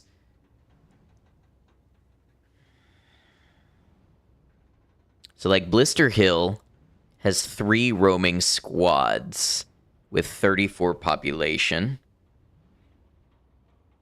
Okran's Shield has 2. I wish I had compared these numbers to before I had attacked, so I could know if my attacks were having an impact on the roaming population and squads. Now, what I find is interesting is if you look at Okran's Shield and you go down to Residence Max, it turns out that Okran's Shield currently has 50.6728 residents. And the only thing that I can imagine is that that number is calculating for the mass of limbs that I have removed from their residence. Otherwise, I have no idea how you end up at a partial number.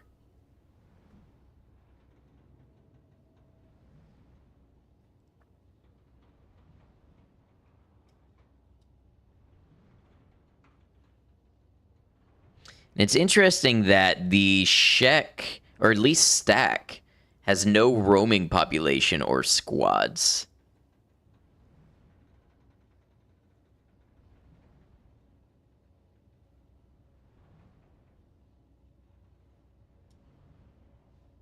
Guess a run-in with my crew might cost someone an arm and a leg.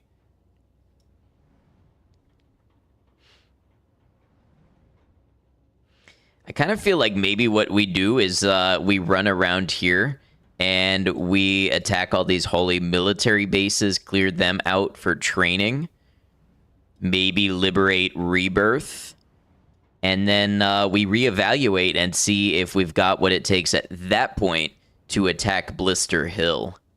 The other thing, I wonder if we attack Blister Hill, but we never enter the barracks where the Holy Phoenix and the Protector are. I wonder how much we could lower the number of residents in the town and soften them up for a future attack. I don't know. These are all valid thoughts, but it is getting late. I need to be up early for my plans tomorrow. So, having turned in the High Inquisitor Valtina, I'm going to call this the end of stream here. It has been a good one. There was lots of touch and go action for a minute, but we prevailed.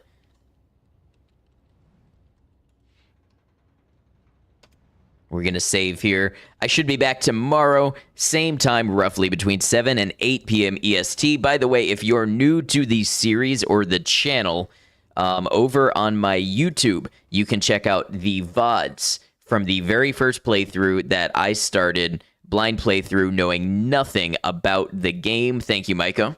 You can see how I started. I've got edited videos, so I've got them edited down where I've taken like 5-hour streams and made them like an hour long, so you can see the highlights of our playthrough. I'm still working on that.